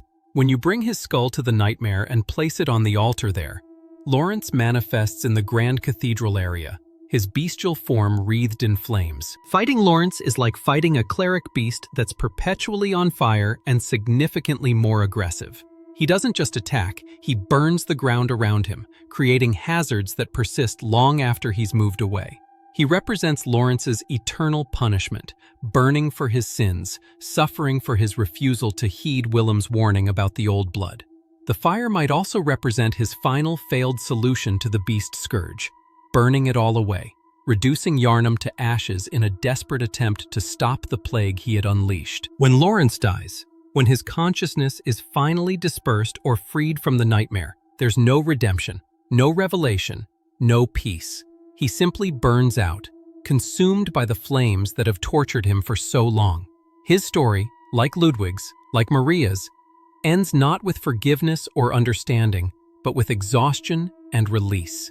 The Old Hunters DLC doesn't offer redemption for past sins. It offers only the chance to finally stop suffering for them. The Old Hunters as a whole serves to fill in crucial gaps in Bloodborne's backstory while also deepening its themes. We see the origins of the hunter's dream more clearly. We understand the fishing hamlet massacre and its consequences. We witness the fall of figures who were legendary in life but became monsters in death. And through it all, we're forced to confront the question, was any of it worth it? Did the pursuit of knowledge, the desire to heal, the noble intentions justify the atrocities committed? The DLC's answer seems to be a resounding no. Noble intentions led to ignoble actions. The pursuit of transcendence resulted in degradation, and everyone involved, from the scholars to the hunters to the innocent villagers, paid terrible prices. The endings and their meanings. After silencing Murgo's cry, after ending the nightmare of Mensis, you return to the hunter's dream to find it changed. The workshop building is on fire. Gehrman, who had been sitting in his wheelchair throughout your journey, is now standing in the garden, waiting for you by the gravestones. The doll tells you he's been waiting, that your time together is drawing to a close. This is the moment where your choices determine not just the ending you'll see, but potentially the nature of your entire journey. Gehrman offers you release. He explains that the night is long, that the dream can be a prison, that you've accomplished your task and earned the right to wake. He offers to use his burial blade to sever your connection to the dream, allowing you to return to the waking world. He frames this as mercy, as the proper conclusion to your service. And crucially, he means it. There's genuine compassion in Gehrman's voice, a desire to spare you the fate he himself has suffered for so long. If you accept his offer, you receive the Yharnam Sunrise ending. Gehrman stands wielding his scythe and in a quick motion beheads you. The screen goes black. When vision returns, you're in the real Yharnam, sitting on the ground in the morning light. The sun is rising over the city. The long night has finally ended. You're free. The hunter's dream is behind you. You've been released from service, but you don't remember. The doll's final words in this ending mention that she wishes you well, suggesting you're truly leaving the dream behind. But item descriptions and NPC dialogue from former hunters suggest that those released from the dream don't retain memories of their time there. You wake as Jura did, as Eileen did, with only vague recollections of something important you've forgotten, a gap in your memory that you can't quite explain. You're free, yes, but you're also incomplete, missing a crucial piece of your identity. This ending is bittersweet at best. You've escaped the cycle. You get to live whatever remains of your life in the waking world. But Yharnam is still broken. The beast scourge hasn't been cured. The healing church's crimes haven't been answered for. You've ended one nightmare, but the city remains a nightmare for those who live in it. And Gehrman remains trapped, bound to the dream, waiting for the next hunter to arrive so the cycle can begin again. Your freedom was purchased at the cost of someone else's continued imprisonment. If you refuse Gehrman's offer, he becomes sad, perhaps even angry. Dear, oh dear, what was it? The hunt, the blood, or the horrible dream? Oh, it doesn't matter. It always comes down to the hunter's helper to clean up after these sort of messes. He rises from his wheelchair, pulls out his burial blade, and attacks. You're forced to fight the first hunter, the man who established the practices you've been following, who created the techniques you've been using. The battle against Gehrman is elegant and deadly. He moves with a grace that belies his age, wielding his transforming scythe with masterful skill. He uses quick-step dodges better than any enemy you've faced. He fires his blunderbuss at close range. He combines the scythe's two forms fluidly, switching between them mid-combo. This isn't just a boss fight. It's a test, a final examination to see if you've truly mastered the hunt. When you defeat Gehrman, he doesn't die with anger or resentment. He dies with relief. The night and the dream were long, he whispers as he falls. He's been freed, finally released from his eternal vigil. But his freedom comes at a terrible cost, because someone needs to host the dream. Someone needs to bind the hunters and guide them through the night. And that someone is now you. If you haven't consumed 3/1/3 of umbilical cord items before this fight, you receive the Honoring Wishes ending. After Gehrman dies, the moon presence descends from the pale moon hanging above the dream. This pale, tentacled creature, the great one that created the dream and bound Gehrman to it, approaches you. It reaches out with a massive claw and seems to embrace you. The screen goes black. When we see you again, you're sitting in Gehrman's wheelchair. The doll is pushing you toward the workshop. She speaks about a new hunt beginning, about the night being long. You've taken Gehrman's place. You're now the host of the hunter's dream, bound to guide future hunters through the night, trapped in the cycle that Gehrman just escaped. You honored his wish to be freed, but in doing so, you've imprisoned yourself. The cycle continues with a new host, but nothing fundamental has changed. This ending is the darkest in some ways. You've defeated the legendary first hunter only to take his place in bondage. You freed one person by condemning yourself, and the moon presence got exactly what it wanted: a new host for the dream, a new tool to bind and direct hunters toward killing great ones. You thought you were being heroic by refusing Gehrman's offer, by fighting for your right to remain in the dream. But you didn't understand that remaining in the dream meant becoming its prisoner. However, there is a third option, one that requires significant exploration and understanding of the game's lore. Throughout your journey, you can find 4 1/3 of umbilical cord items, though you only need to consume 3. These are fragments of the cords that connect great ones to their children, objects of immense power that carry within them the potential for transcendence. One is dropped by Murgo's wet nurse. One can be found in the abandoned old workshop. One is obtained from Iosefka or her impostor. And one is given to you if you complete Ariana's questline, though you can only receive one or the other from Iosefka/fake Iosefka, depending on when you complete their quests. If you consume 3 of these cords before refusing Gehrman's offer, something different happens. You still fight Gehrman. You still defeat him.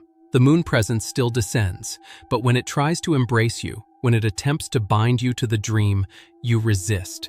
Your consumption of the umbilical cords has elevated you, granted you enough insight and cosmic power to withstand the moon presence's influence. The moon presence recoils, surprised, perhaps even threatened. It attacks. You fight the great one that created the hunter's dream, the entity that has been pulling strings throughout your entire journey. And when you defeat it, when you reduce this cosmic being to nothing, the transformation begins. Your body collapses, convulses, and begins to change. You shrink, twist, transform. When the process completes, you've become an infant great one, a small slug-like creature writhing on the ground. The doll finds you, picks you up gently, cradles you. "Are you cold?" she asks, her voice filled with warmth and care. She holds you close, this newborn cosmic entity, and continues caring for you as she cared for all the hunters who came before. This is the childhood's beginning ending, and it's the one that most players consider the true ending, though Bloodborne characteristically refuses to mark it as such. You've achieved what the Healing Church dreamed of, what the School of Mensis attempted, what countless scholars and hunters and nobles sought. You've transcended humanity. You've become a great one. You've broken the cycle of the hunter's dream by destroying its creator. But at what cost? You're no longer human. You can't speak, can't stand, can't interact with the world as you once did. You've lost everything that made you who you were in pursuit of this transcendence. You're an infant, helpless, dependent on the doll's care.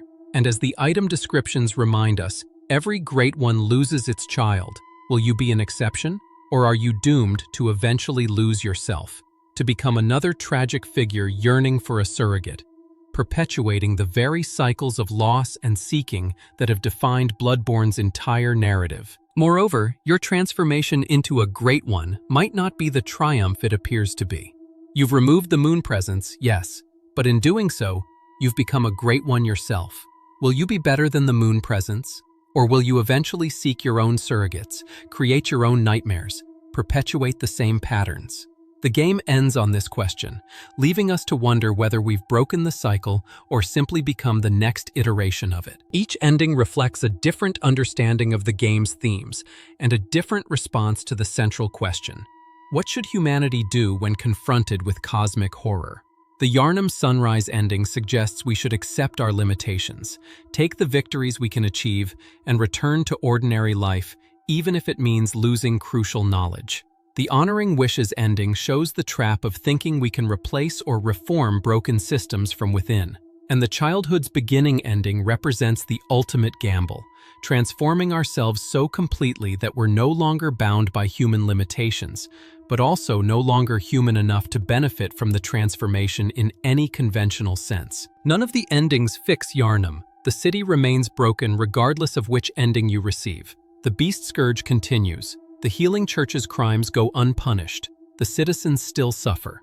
Your personal transcendence, freedom, or imprisonment doesn't materially improve the lives of anyone in Yharnam except possibly by removing one nightmare from the many that plague the city. This is consistent with Bloodborne's broader themes about the futility of individual heroism in the face of systemic corruption and cosmic indifference. The endings also serve as meta-commentary on player agency in video games.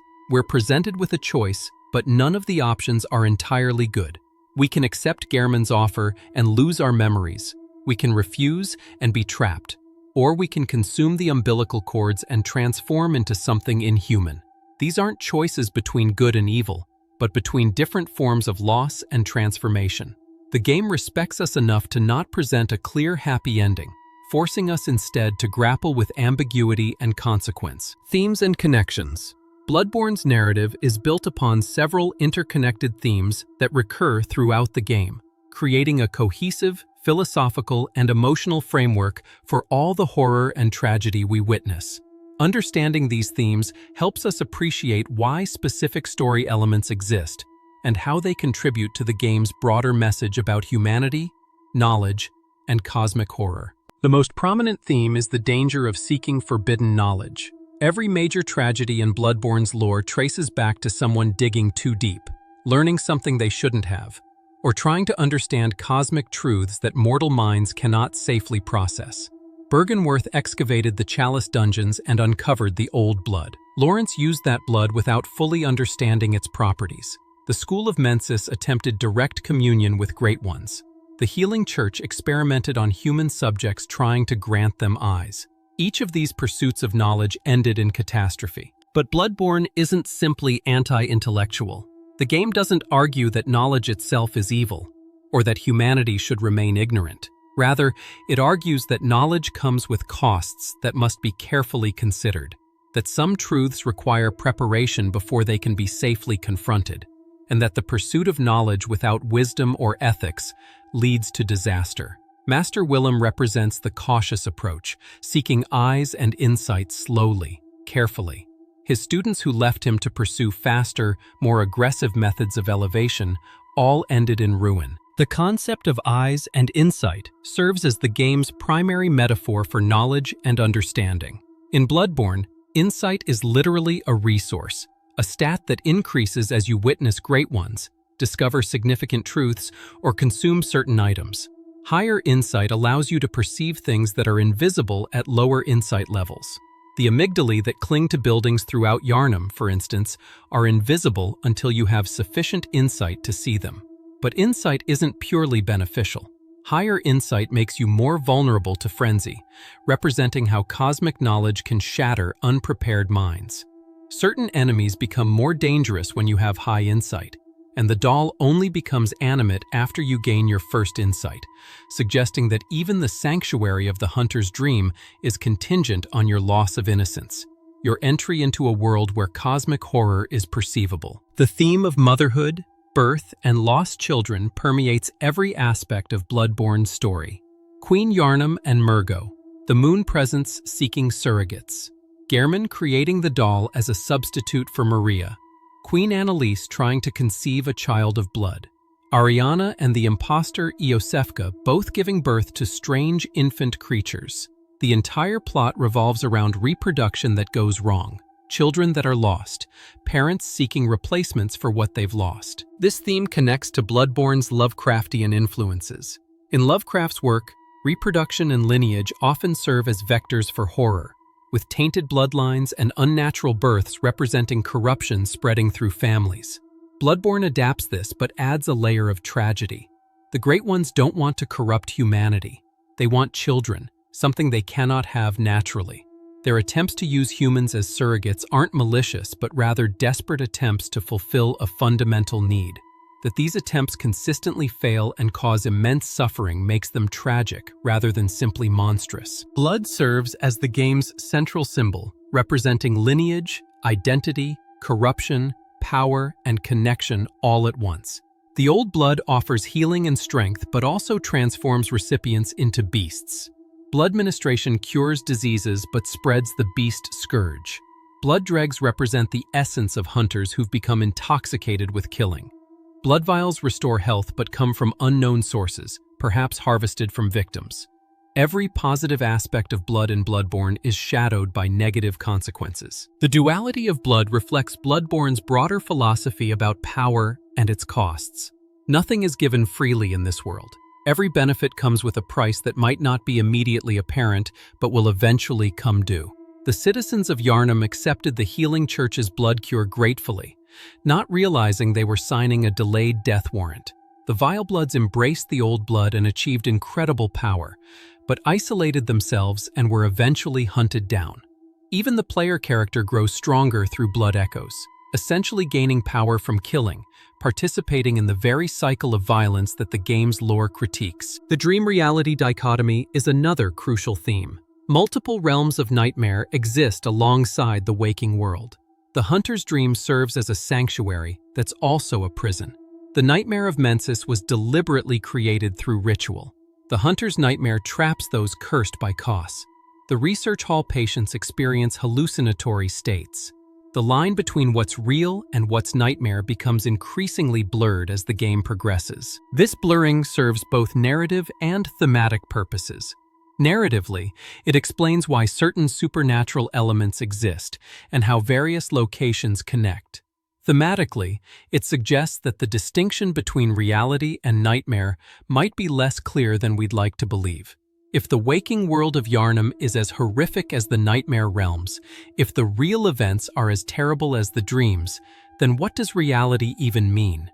The nightmares might be more honest than reality, showing truth without the comfortable delusions that let us function in daily life. The cycle of violence and revenge appears repeatedly.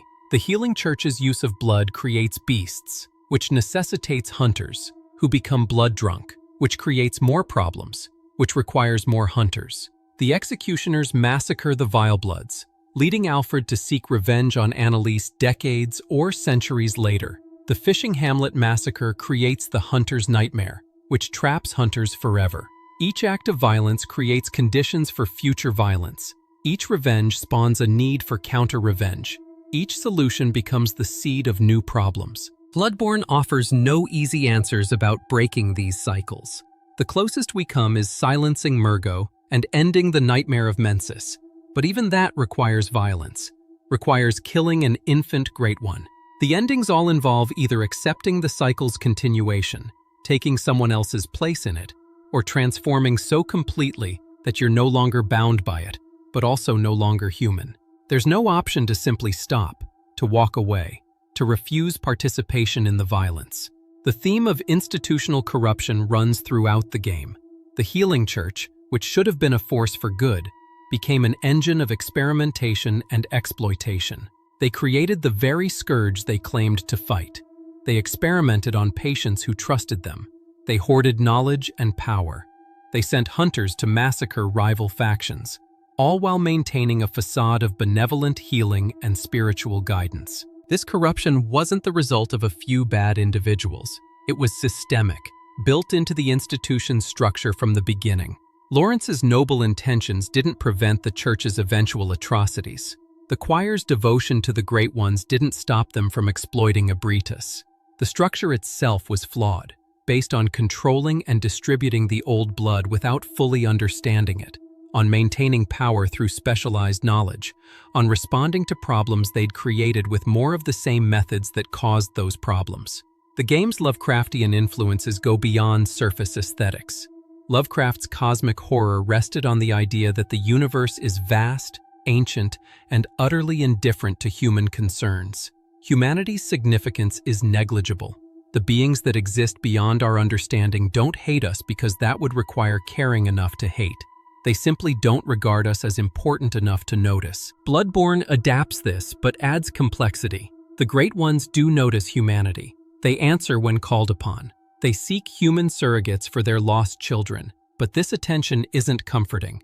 Being noticed by cosmic entities doesn't make us more significant. It makes us tools, vessels, resources to be used for purposes we don't fully comprehend. The Moon Presence's interest in binding hunters to its service doesn't elevate us. It enslaves us to serve its agenda against other Great Ones. The architecture and environmental design reinforce these themes constantly. Yharnam is built in layers, with the Healing Church's grand cathedral sitting atop ruins that sit atop Pthumerian labyrinths. This vertical stratification shows how each civilization builds on the ruins of the last, how history is literally buried beneath the present, how the past's sins form the foundation for the present's tragedies. The game's use of language and translation adds another layer of thematic depth. Item descriptions are often ambiguous, using archaic language or deliberately vague phrasing that requires interpretation. Character names have multiple possible meanings.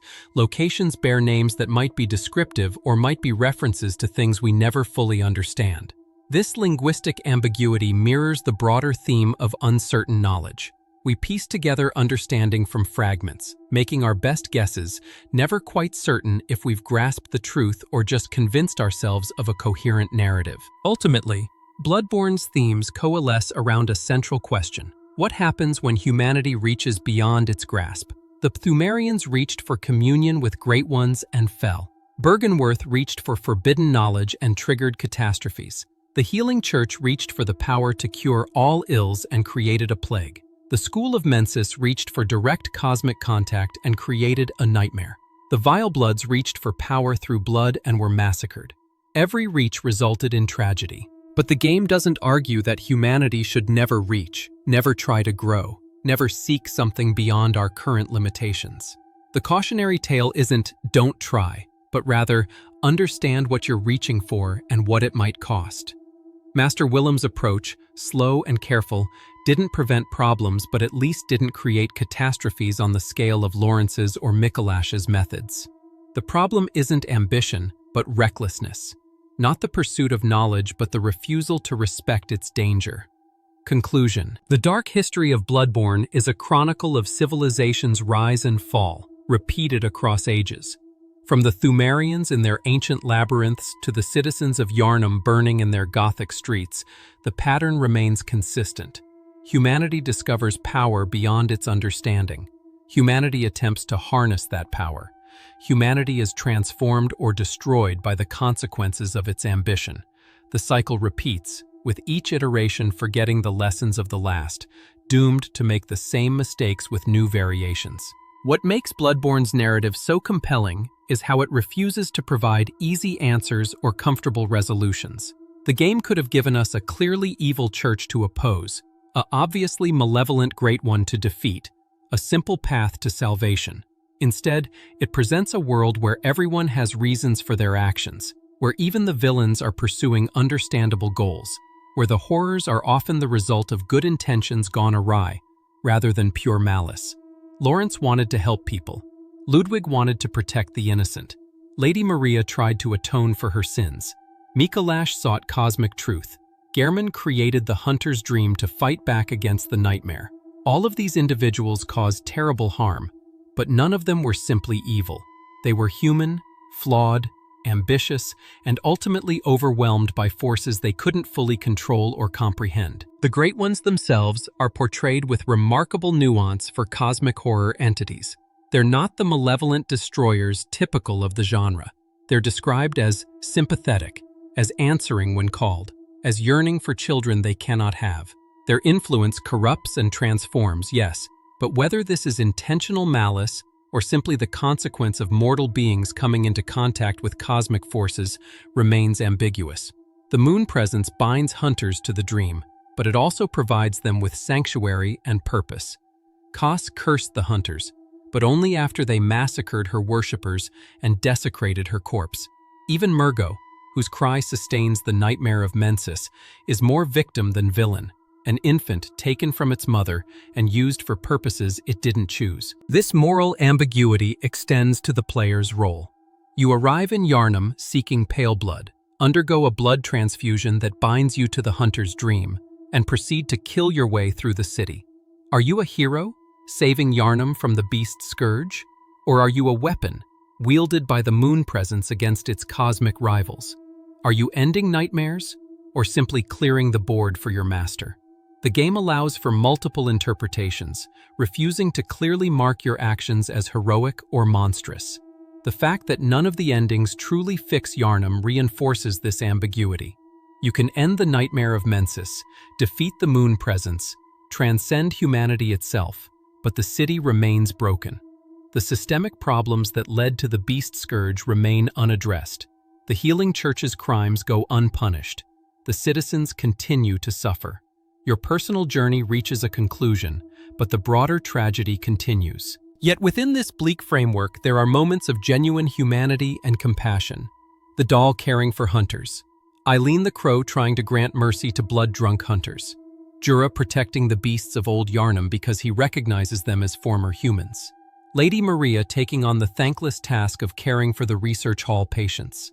These small acts of kindness don't redeem the world or fix the problems, but they provide evidence that humanity, at its core, is capable of more than the horrors we witness. Bloodborne's legacy in gaming extends beyond its excellent combat and atmospheric design. It stands as one of the most sophisticated explorations of cosmic horror in any medium, adapting Lovecraftian concepts for an interactive experience while adding emotional and thematic depth. It created a world so rich in detail and so carefully constructed that players continue to discover new connections and interpretations years after release. Every item description matters. Every architectural choice tells a story. Every enemy placement reinforces themes. The game also represents From Software at their peak in terms of environmental storytelling. Where Dark Souls often relied on NPCs to provide explicit lore, Bloodborne trusts players to piece together narratives from environmental clues, item descriptions, and thoughtful observation. The result is a story that feels earned rather than delivered, pieced together through active engagement rather than passive consumption. For those willing to dig into its lore, Bloodborne offers one of gaming's richest narratives, a story about ambition and consequence, about the price of knowledge and the cost of power, about cycles that repeat and tragedies that echo through ages. It's a story without heroes, a world without hope of redemption, a narrative that ends not with triumph but with exhaustion, and the grim understanding that the cycles will likely continue long after we're gone. The hunt continues. Somewhere, the blood moon rises again. New hunters take up arms against beasts that were once human. New scholars excavate forbidden knowledge. New churches distribute cursed cures.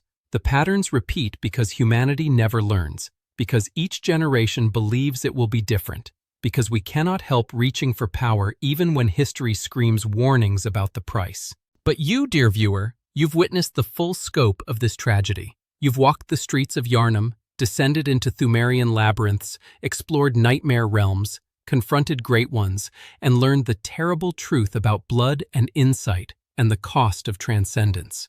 You understand what the citizens of Yharnam never could, what the scholars of Byrgenwerth learned too late, what the healing church refused to accept even as their miracle cure transformed their flock into monsters. Fear the old blood, Master Willem warned. His students didn't listen. But perhaps, having witnessed where that path leads, perhaps you will. The night may be long, but eventually, mercifully, even the darkest nights must end. Whether you wake to sunrise, take your place in the dream, or ascend to cosmic infancy, your hunt is finally complete. Thank you so much for joining me on this deep dive into Bloodborne's mesmerizing lore. If you enjoyed this exploration of Yharnam's darkest secrets, please consider liking this video and subscribing to the channel for more in-depth RPG lore content. What aspects of Bloodborne's story fascinate you the most? What theories do you have about the game's many mysteries? Share your thoughts in the comments below. Until next time, may you find your worth in the waking world.